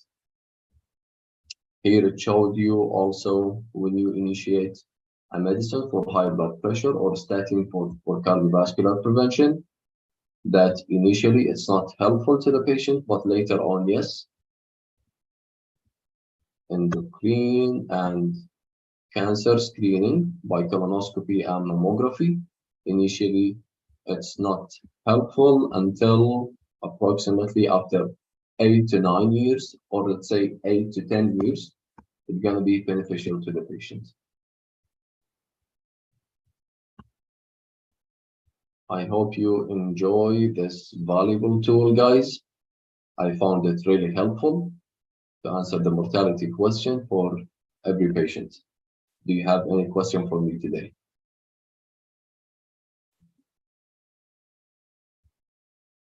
Hi, Miqdad. I don't have a question. I have a comment. Yes, please. Yes, you displayed everything nicely. Thank you very much. Thank you. I really didn't like this ePrognosis. Why is that? First of all, when it comes to cancer screening, we have very Mhm. clear guidelines for cancer screening. Yeah. I don't think that we need an app for that. And then when it came for prognostic calculators, when you're looking at the details they put, they're very broad. So if you're looking at a calculator, for example, calculating the cardiovascular risk, you look at specific Mhm. things related to cardiovascular risk, and you get a number that's reliable based on a lot of studies. But if you look at the prognostic calculators, they entered a lot of diseases that can range from very well optimized, very well controlled, to something that's not really. The one where it had, does he have congestive heart failure, HIV, so and so. So there are a lot of health conditions that you cannot say, well, if you have HIV, you'll die in a year or 10. How bad is the HIV, or how bad is the chronic kidney disease, or how bad is the heart failure? So it feels, when it comes to the mortality calculation, it feels a little bit too broad for me. I don't think I it would can skip be. it for, yeah, I would skip it for the clinic base. If a patient Yeah. comes to and he's healthy, asking for, nobody gonna ask you about mortality when the patient is healthy. Let's be honest. But Yes. the hospice, for example, and then the hospital and the ICU setting, it could be of help. And I found that the questions that mentioned in the cancer screening are very helpful, regardless of the guideline, because it's mentioned here about the physical, the mental issues of the patient, uh, aka the quality of life of the patient. So let's say 90 years old lady, or let's say not 90. So the cancer screening, the guideline for breast CA starts from 50, I guess, 50 to 75, right? So let's say a patient, 71 years old lady with advanced dementia, status post massive CVA, customized with PIC tube, blah, blah, blah. So there is no benefit of screening such a patient. Would you agree or not? Yes, of course, So but it's you not don't need that an app strict to tell you that. guideline. Yes, I agree to some Yeah, extent, yes, to some yeah. extent. But if somebody asks you about the exact percentage of the prognosis or the mortality rate after 1 year, 10 years, then you can Then we look argue at the with app. them. Yeah, All exactly. right, fair enough. Thank you, Dr. Miqdad. Anyone has any questions or comments for Dr. Miqdad? So I think that concludes our meeting today. Thank you, everyone. Dr. Rowan, thank you, Dr. Naod, Dr. Miqdad, and Dr. Lina for the presentations. Any word from leadership, Dr. Nader? Thank you so much, Dr. Sarah. And thank you all the presenters. You did great, excellent presentation. Thank you so much for the whole team. If you have any questions or any comments, let me know. I'm gonna just go back to one of the talk about the falls. That was excellent one, and I want to share an idea with you guys. Let's see, how can I go to the desktop?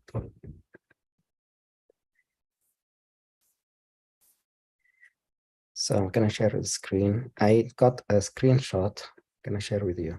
So this used for risk stratification and algorithm. So it's like a pathway that one can use. It's used in the study or something. What my idea is, if I want to share with you, if we want to convert this into an app that can be used for families with older adults, so or maybe for family doctors who sees the patients, so they can use the app at the front desk, where most of the time now you can log into the clinic, you put your name and then you what you are there for, and it will be populated in the system. For example, some of the urgent care clinic do that, for example.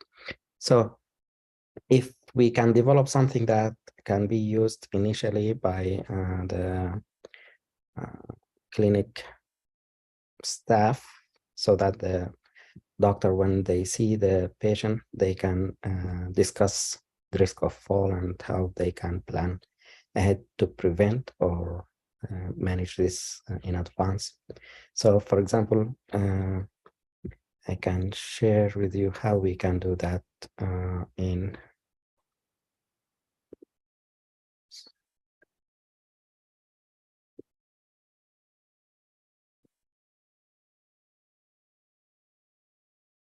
I'm gonna stop sharing and then share with you the screen again.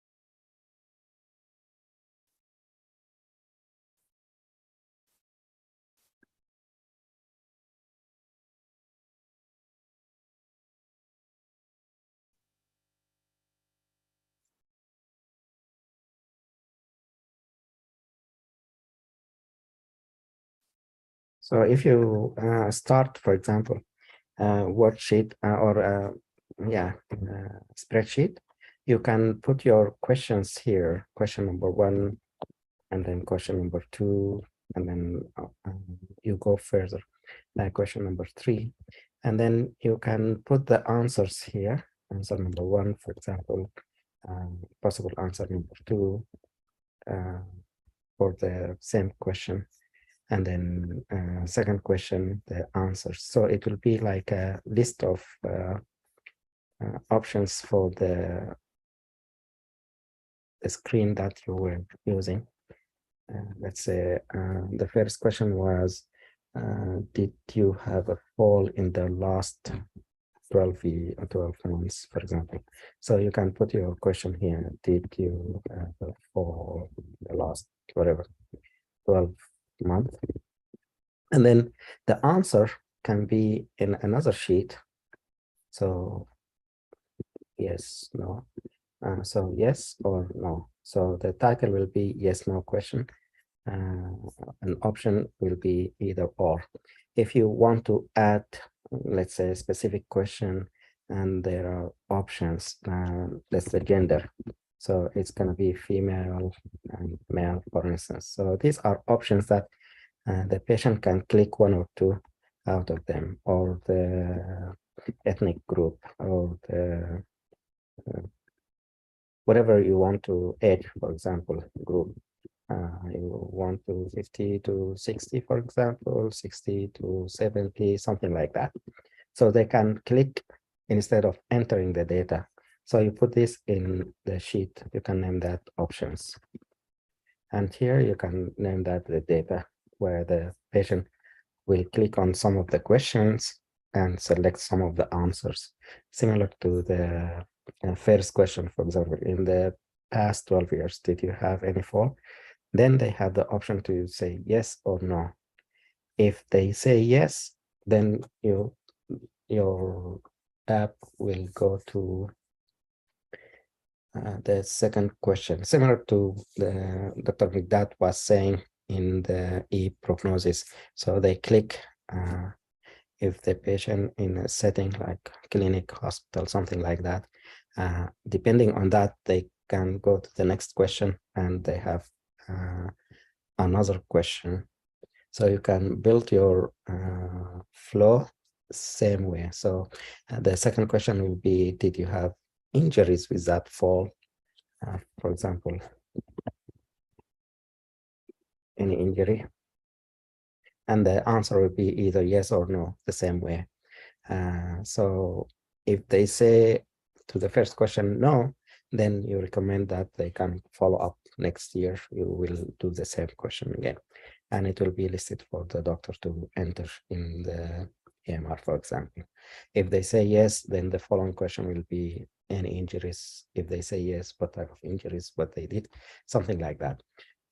Or if they say no, so they can go to the question about gait balance, any problem. So the third question about the gait balance problem. If they say yes to that, then they can get the details as far as the recommendation. So the recommendations will be another option here. For example, recommendation number 1 will be the option of doing exercise. Recommendation number 2 for the question will be doing physical occupational evaluation and management. Or you can add another tab here, videos. So you can add the video name or title, and then the link, and maybe some info about the, just a little bit information about the video. So you want to educate them here. You want to tell them something about fall prevention, what type of exercise, what they can do. And you can create, as Naod mentioned, you can create a small short video talking about what option they can do. You can create that, put the link here.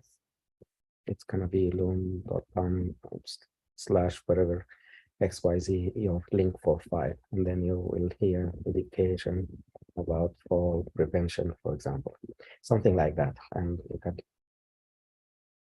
maybe done by Dr. Naod, something like that. So this will pop up in your app, and you can populate as many videos depending on what you need to educate the patient about. So your data are questions about the patient, basic information, the flow, and then the other sheet will have some possible answers for your patient to pick from. And then if you have some options, like you want to educate the patient, you can add some videos. You can create the videos, or some of the group might help with that, or you can find it in YouTube. Let's say YouTube video somewhere you found about fall prevention, something like that. You find the link, you add it, and then you can put the title and the information about that video. So it's going to be a simple app development, depending on how complex you want to go. As you finish these 3 tabs or sheets, then you can go to, let's say, fall prevention. And I'm gonna take this.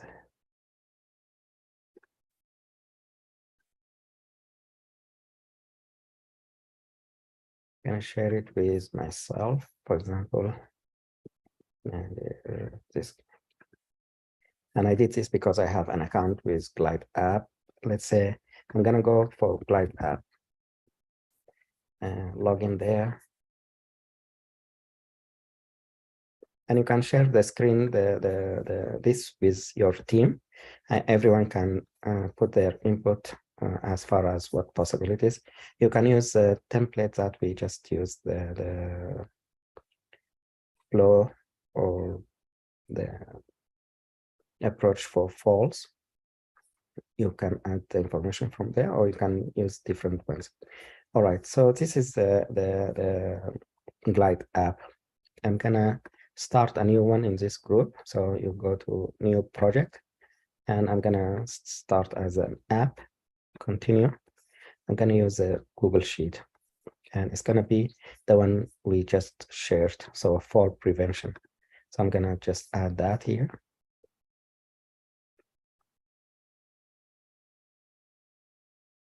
It's gonna come here. So the first question will be listed here. You can modify all this information in the sheet, or you can modify it here. So let's say I want to clean this a little bit better. So this is a question. I just want the question, the first question. So this is a question. I want to add the answers. So I'm gonna go to, it's gonna be choice. So, and the choice will be from the sheet, the dates sheet, from the options. And I want yes, no question. So it's gonna be yes, no. I'm gonna use it like this. So the user will have these two options in front of them for question 1. So either they say yes, they say no, something like that. Any questions so far? So what I'm gonna do, I'm gonna create a copy from question 1. Instead of question 1, I'm gonna say question 2 here.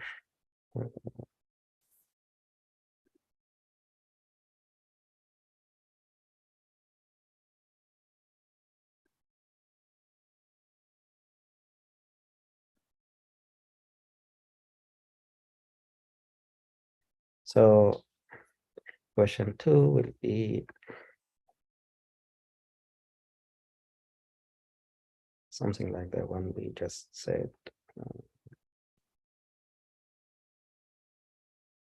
Did you have any injuries, for example? So if they say yes, this will show up. And to do that, it's also a simple technique. You can just use option and set the visibility. If the answer is yes, then show this. If not, then you're not gonna show it. Can I just go here?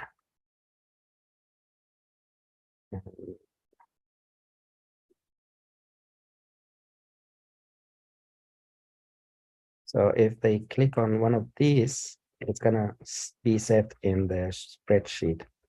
So your job is to figure out how you save this into the spreadsheet. So one way to do that is to create a different sheet, and this sheet will be for the users. So let's say users. So user is going to be the user name, for instance, email, and then their answers to question 1, their answer to question 2, their answer to question 3, for example. So for example, this is me, my email, and then my answers will come here. So I'm going to just update my information here. So it's going to just update the link. So instead of 3 sheets, it's going to be 4 sheets. One of them is the user. So there is one way to connect the user. So if you click on the user here, or the user, you can, oh, it's already there. So they have a table for you guys, for the users. So I'm gonna just edit that table. So this table, I'm gonna add question 1, then question 2, and then question 3. So the answers will come directly to the user here. So my job will be, when I go there, if they click on yes, no, the first one, this one, it's gonna go to not the questions, it's gonna be the users, and it's gonna be question 1. And if they answer question 2, it's the same way. It's gonna be the user, and it's gonna be question 2. And value will be question 1. Value will be question 1.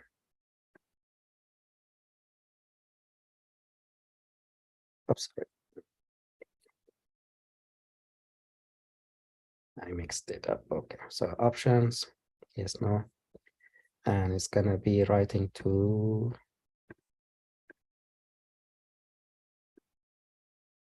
so we're gonna start again. So I'm gonna copy all this. Our data is supposed to be the user. So I'm gonna click here, delete all. So this is so these are the choices. So I'm gonna go for here, text one. If you have a fall, for instance. So I'm gonna go. This is the first question. The second question would be, did you have injury?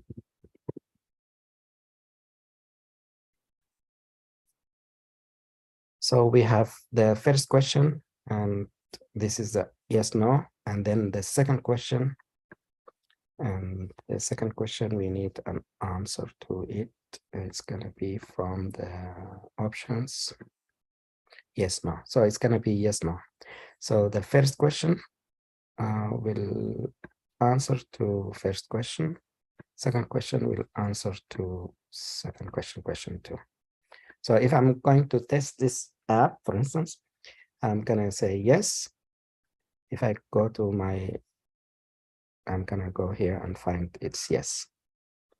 If I change that to no, I go there, and it's gonna be no. Any questions so far? And the same with question two. Kind of fast training for you guys, but it's a simple way of developing an app if you have an idea of, and the flow of what the user will encounter and you interact with the user. So for example, if I want to show this only when they say yes. So if they say no, I don't want them to show this.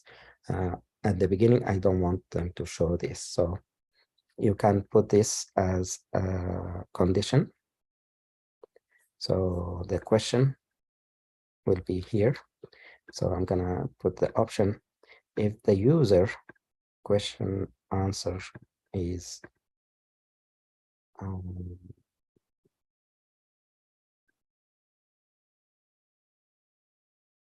yes, then show. Otherwise, don't show. I'm sorry, it's gonna be okay. So if I click yes, it will show. If I click no, it will not show. And I'm gonna do the same for the answer for question two. Condition. If question one is yes, then show. Otherwise, no. So did you have any injury or falls? No, nothing happens. If I hit yes, it's gonna go to the next question. Did you have injuries? Gonna say yes or no, and it's gonna be recorded in the question one and question two this way. So this is how you can develop an easy app depending on what you want to do. So let's say I want to add a video. If they say to second question, did you have injury? They say yes. I want to share them information about injury prevention, whatever. And that's in YouTube. So if I go to YouTube, I find a video, let's say about do some exercise. So I'm gonna just copy the link. This is, we can do some exercise here, for example. So if I want to show them the video, I'm gonna add a video here.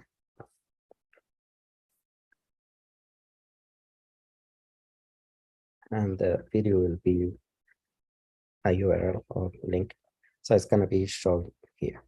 But I want them to see that video only if they answer yes to question two. So it's gonna be like that.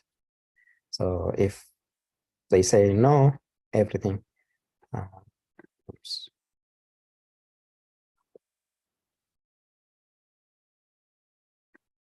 Yeah. If they say no from the start, nothing happens. If they say, yes, I have a fall, then the second question will show up. Did you have injuries? If I say no, it's gonna, nothing happens. But as soon as I say yes, then the video will come here to show them about whatever.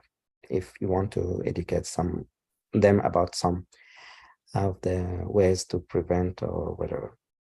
If you want to refer them to PTOT, you can add a text, for example,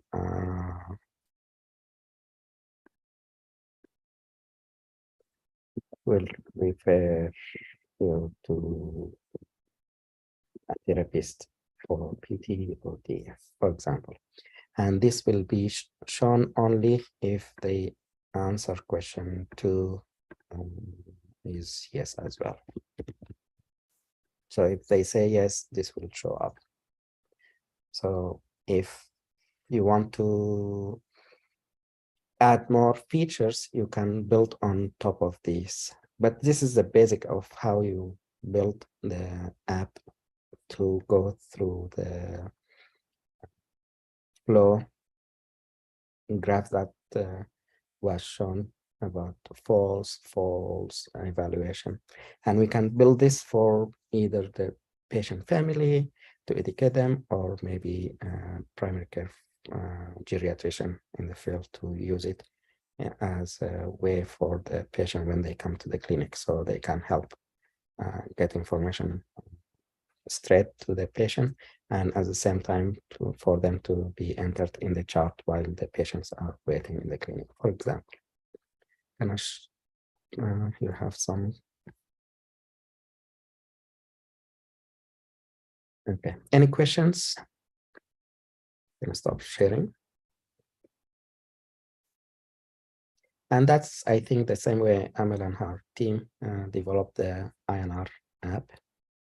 So if any one of you wants to start a similar app, like for fall prevention or for fall education in all the adults, I tried to locate some of the app in the Google App Store. I didn't find a lot. So there is room for you guys to build. Okay, Mihir, thank you. Please jump in. Hello, Dr. Nadir. Hello. Thank you. Thank you for showing us this app.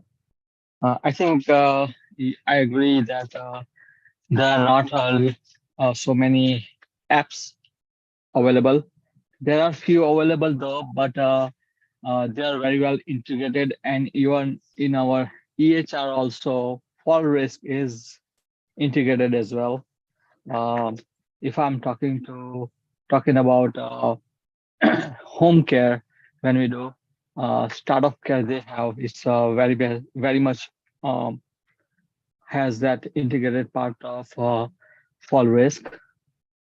And also if we in our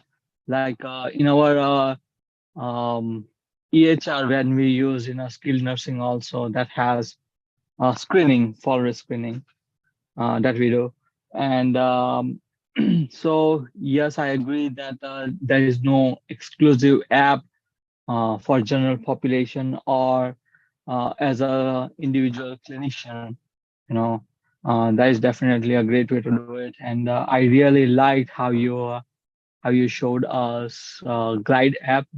I think that's a great platform we can utilize.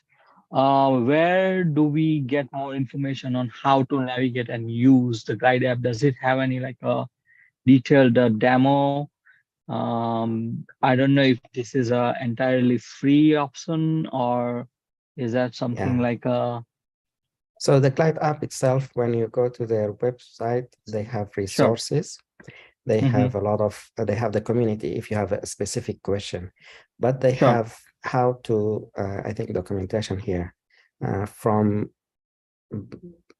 basics of how to build the app for new person who has no idea about developing the app. So you go there, you will find it's like ABC. So first video will show you what the database, second, something like that. So it's gonna go over, and it's short videos. If you have specific question, you can go to the help or the higher expert if we want to as a community. But most of the questions will be answered in the community.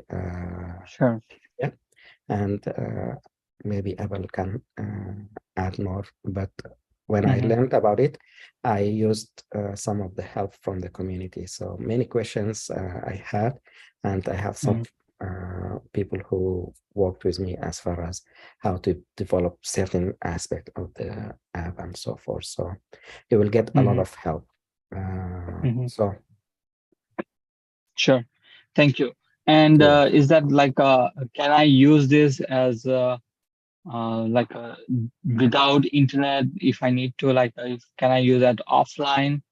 That's the problem with the Glide app. So it has many limitations. One of Right. them is internet. It needs to be connected because it's saved in, let's say in my case now, I saved it in Google Sheet. So if I don't have access to the Google Sheet, my, let's say, phone, I'm not gonna be able to use the app. It's gonna be just a blank white page. Okay. Other Okay. options, yeah, go ahead, sorry. Sorry to interrupt. So is it, so as I saw that you entered everything in the Google Sheet or in Excel format first, and then you entered the, whole data into the app. So is that possible that to collect the data offline if needed and then just put it into the app? Yeah, so the user will be here. So if you want to get all the information, it will be recorded somewhere here, or in my case, I recorded it in the table users. So if you want to, let's say, you want to export all the information listed here, so you go to the app.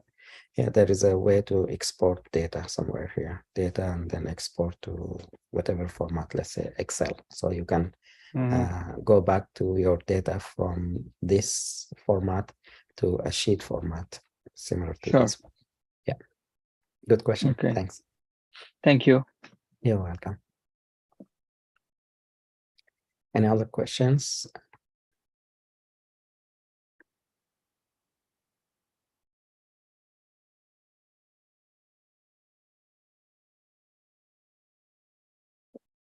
If no questions, I'd like to thank all the present fellows attending this meeting, and I'd like to also thank you all, the team who presented today. Thank you, everyone, and we'll see you next week. Assalamu alaikum. Thank you very much, Dr. Nader. Thank you, everyone. عليكم السلام ورحمة. Assalamu alaikum.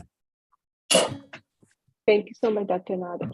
Thank you. Thank you so much, Thank you, Dr. Nader. Have a great day. Good night, guys. Yeah. Thank you, Dr. Nader. Thank you so much. Thank you, everybody. Thank you, Dr. Nader. Thank you, Dr. Nader. Have a great day. Thank you, everyone. Thank you Thanks. so much.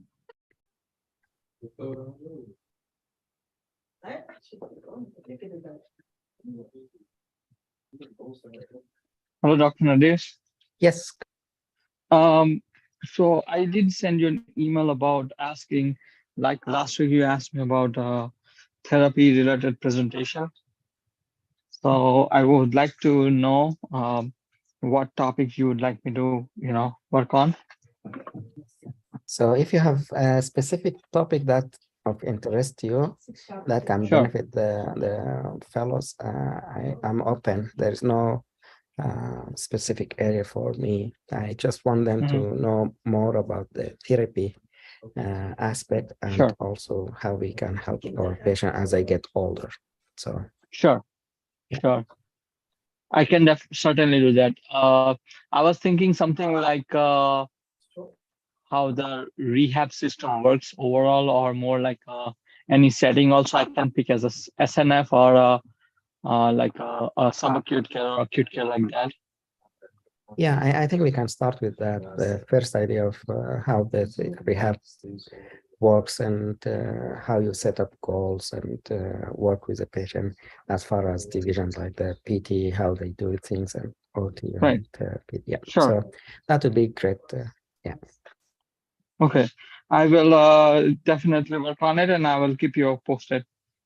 Perfect. And if you want to see if other fellows interested to present with you, that would be also an option. Sure. If you want to do it alone, that's a great option also. Okay, I can do that. I'll see if there's anybody interested in that. Another question is related to Glide app. Actually, I'm working on another small project, developing app as well. So that is why I was asking you some questions about the offline, Yeah, sure. Yeah. So I'm in the middle of trying to get an app for the screening we do. It's called Senior Athletes Fitness Exam. And that is what we do in most of the like state or national level Olympics game, senior Olympics game. Sure.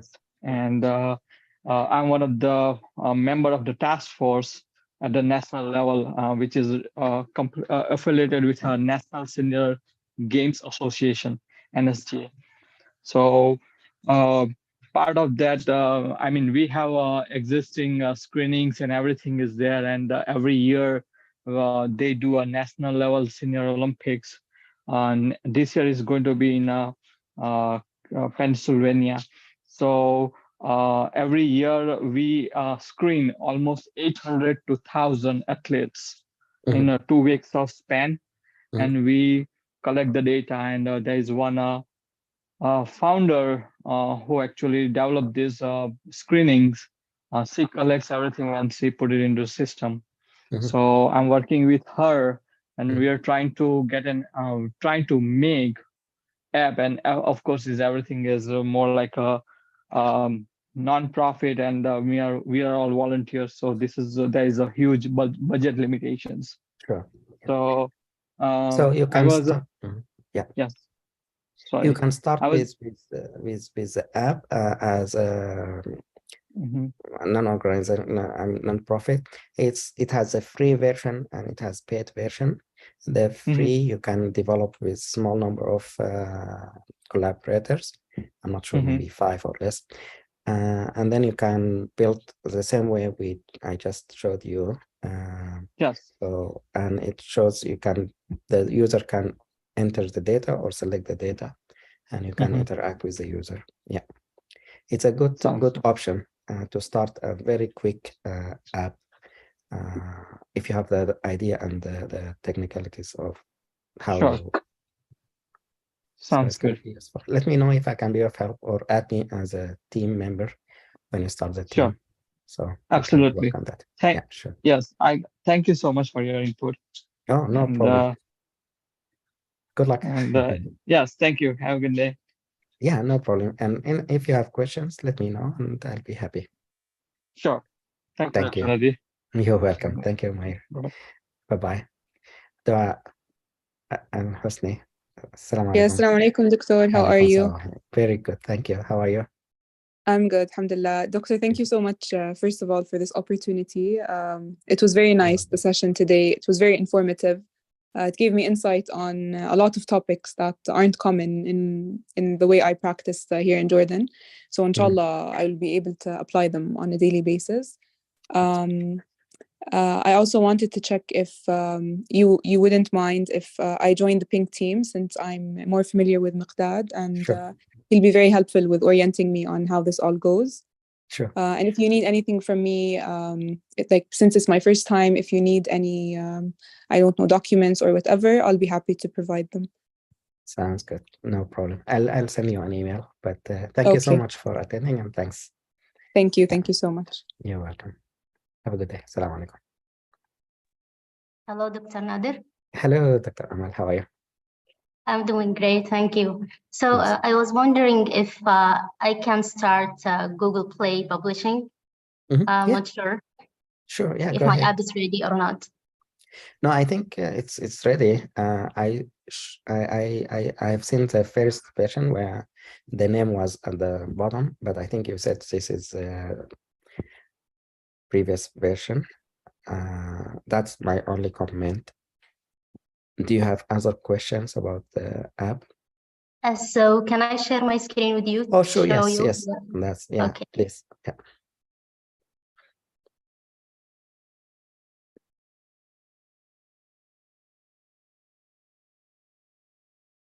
So this is my phone screen. Just I want to show you the changes I did so far.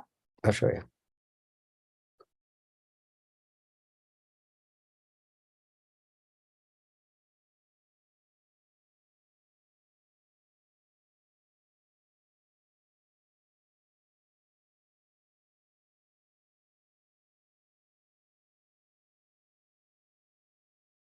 So here, the problem that the patient has to enter his name and date of birth, which are constant each time.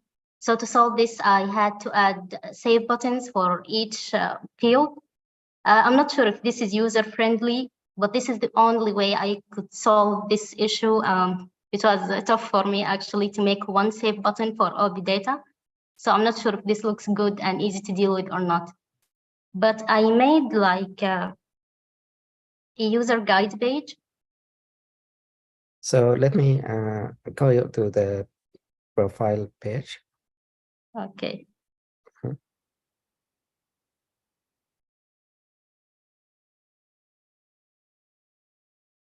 So in your case, I would do it.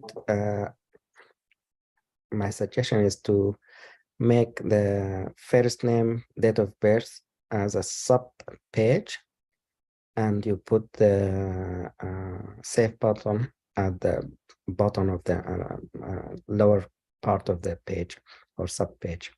So they will enter their name, their date of birth, and then you click next or save and next instead of two buttons here, save and save. If that makes sense. Does it make sense? So yes, I got you, Dr. Nader. Yeah. So when they say save, it will be saved, and you can jump to the sub page number 2, which is the second page, and has information about the INR, the medication, the dose, and all this. This will be also saved differently. If they want to change this, they can come to sub page 2 and they can change it. Yes, I got you. So the problem with that is like each data has its like own database. If I added like save button for 2 fields, if the patient changed this is going to be deleted and vice versa. Oh. So this is the problem I faced, and but for that to solve this issue, I added like a notification when the patient clicks on save, it says saved, like just to remind him to click on the other buttons. I'm not sure if this is going to work or not. And also the user guide, I indicated everything in the user guide, but we can publish it as version 101. We can publish it, we can go ahead with it, but we can work on solving the problem of this. There are different ways of solving the 2 field to save them. For example, you can instead of you will have the text field for the name and text field for the date of birth, and then when they hit OK, the action will be combine both the name and you combine both the text, the name, and the text, the date of birth, into one sentence, one text, and then you can just add a comma or a semicolon or a dash between these so that you can separate them later and save this into the field where you can name the field name and date of birth, something like that. So combine them in one like in one database. In one database, yeah, in one database. If that makes sense for you. So I'll try. So in the background, so when you open the app, when you are in the development, you have two screens. One of the screen is the user display, what the user will see. If you go hit there, yeah, show me. And then there is a code display or the background kind of coding. Okay, I'll show you now. Mm-hmm.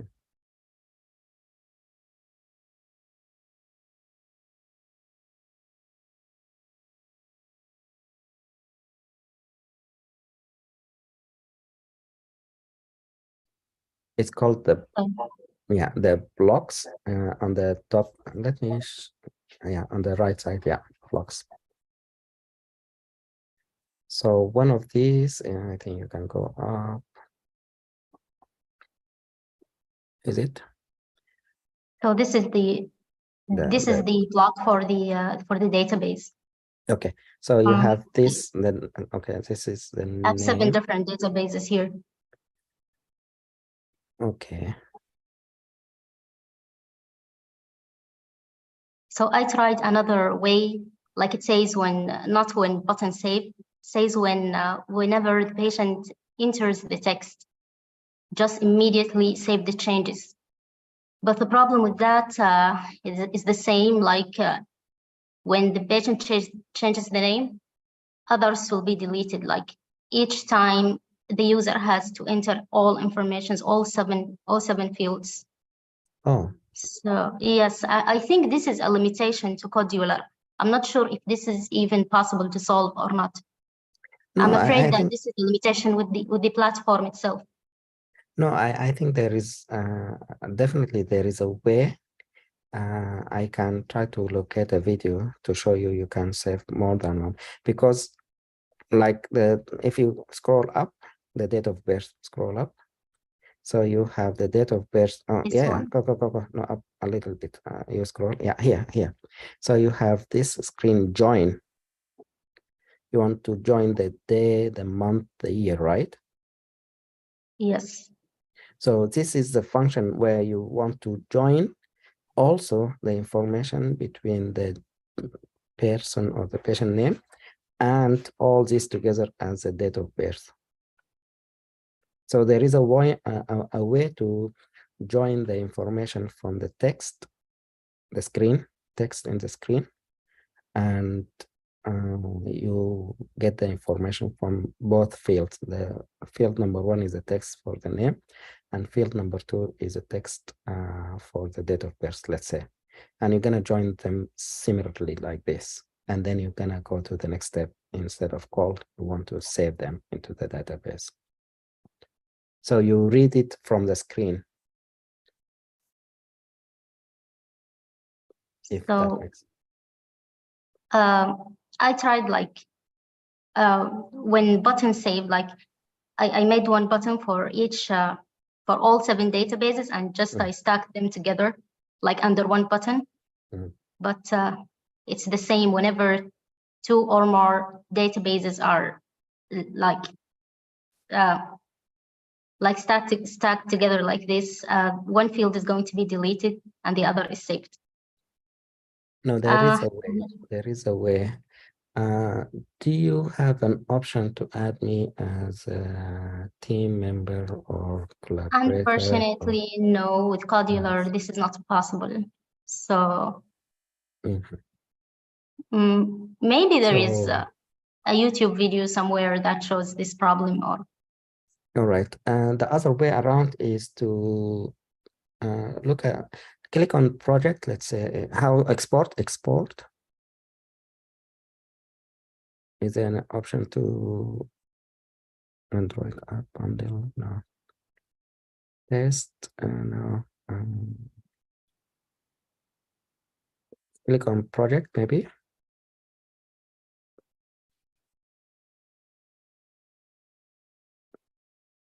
Yeah, the third from below, export, select project, AI, yeah, to my project. So share with me that file. It's gonna download to your computer, I think. Yes.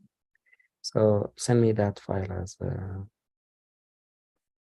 document, an email, or shared document.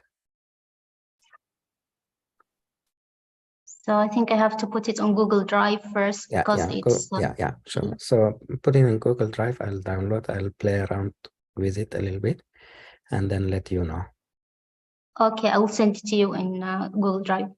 Yeah, but if you want to, let me work on it a couple of minutes. I'll give you a feedback. If we can solve it, that would be the better option. If there is a problem, as you said, then my suggestion is to go ahead with upload it to Google Drive as version 0.1 or something like that. And then we can work on the development of this improving in version 2 and version 3, just to make it Yes, I would. Yeah. Yes, I would agree to that. Sure. I will try to. Yes, in case I couldn't solve this, I will just upload it. Sounds good. Yes, Excellent. I also hear that uploading the applications in Google Play is like a competitive process. Like if I got low ratings, Google Play will automatically delete the application from the store. So this is a thing that I don't want to happen. So we have So to. my I have to suggestion, look yeah, at my suggestion is to I don't know what's the cutoff for them, the rating. There are different ways of rating. So if you get thumbs down, for instance, 10 and 5 thumbs up, that's one way of rating. So that means your app is not the greatest. Or the number of users or downloaders. If we can download 100 compared to 10,000, yours is not the greatest. Maybe that's another way of looking at it. But my suggestion is when you upload it to Google Store, share the link with all the fellows here in the fellowship and ask them if everyone share it with 5 persons, let's say, just to click on it, download, see if yes, it's an app that's working without any comment as far as improvement or suggestion, or just workability. If they can download it in their, let's say, phone or device and click on it and it's working, no error, no bugs, that's the first option for them, and they can just comment that's a good app as far as yes, it's working. They don't have to comment any. If they click on that, I think you will have the numbers and the comments positive for you. And then we can work on version 2 as far as what problems that we can solve from user perspective. As you mentioned, if they want to save the name, they have to click, and then save the date of birth, they have to click. So instead of doing 2 clicks, we can combine it into 1 click, something like that. Yeah, that's a great suggestion. Is there any other comment? No, I think it's a great version as version 1. I think it's a good one. And if you want to upload it this way, I have no objection. If you want to wait until we try to figure out how to solve the issue, we can try that, and then you can upload. Yes, I'll do my best. I'll do my best to solve the problem. Sounds good. Excellent. Are you going to upload it as a free version or paid version? I think for free, because I think like back home in Sudan, like people have very tough time to each time go to the doctor, and sometimes they cannot afford going miles away to just show the doctor the result. So I'm planning it will help. I think it will help people in Sudan more than in the US. And that's why How about the language? Did you find any members of the fellowship, any other fellows who would like to help with translating some of the text into the Arabic? They are very interested. So some of them contacted me regarding this. But yes, soon I will be starting the Arabic one because it is the easiest. Because my keyboard is already in Arabic, so this is going to be an easy process. Perfect. So, and you can add this in the same app instead of creating a new app. So you can select, let's say, in the profile, the name, the date of birth, and the preferred language.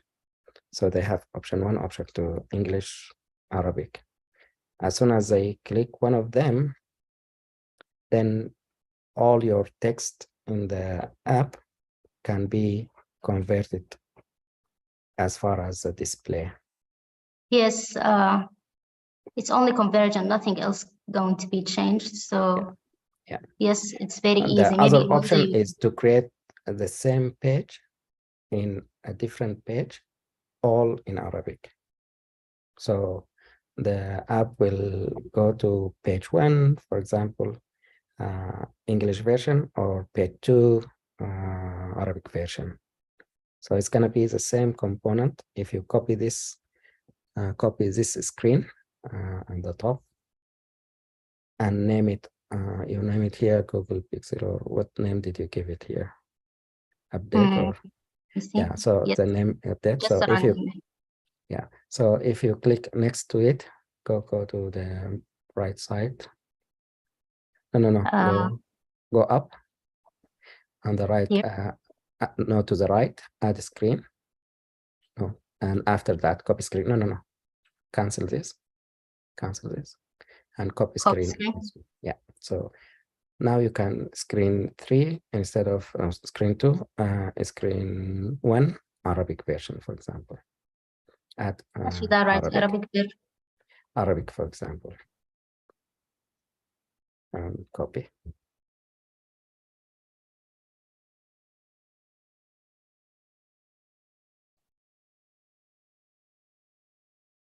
So if you go to that screen,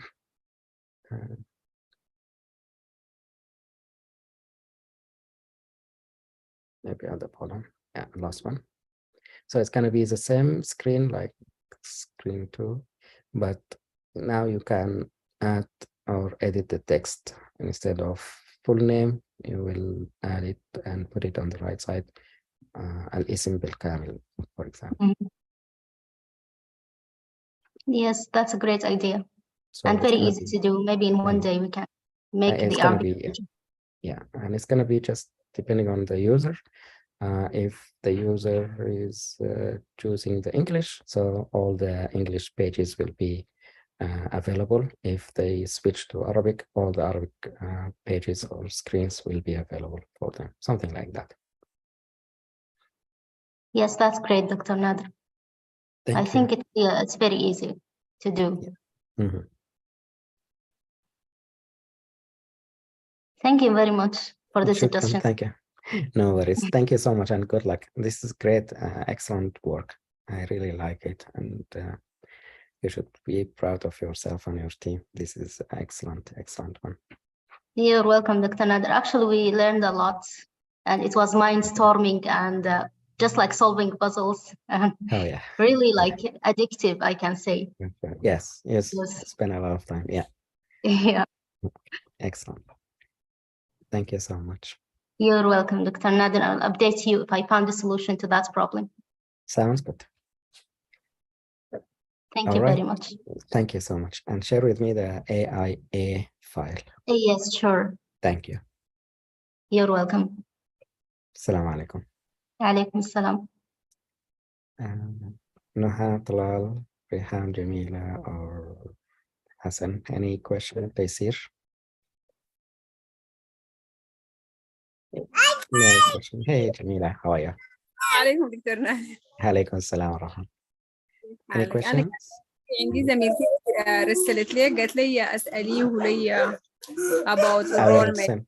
I will send them the email in this weekend. So yeah, thank you. Assalamu alaikum. Assalamu alaikum, everyone.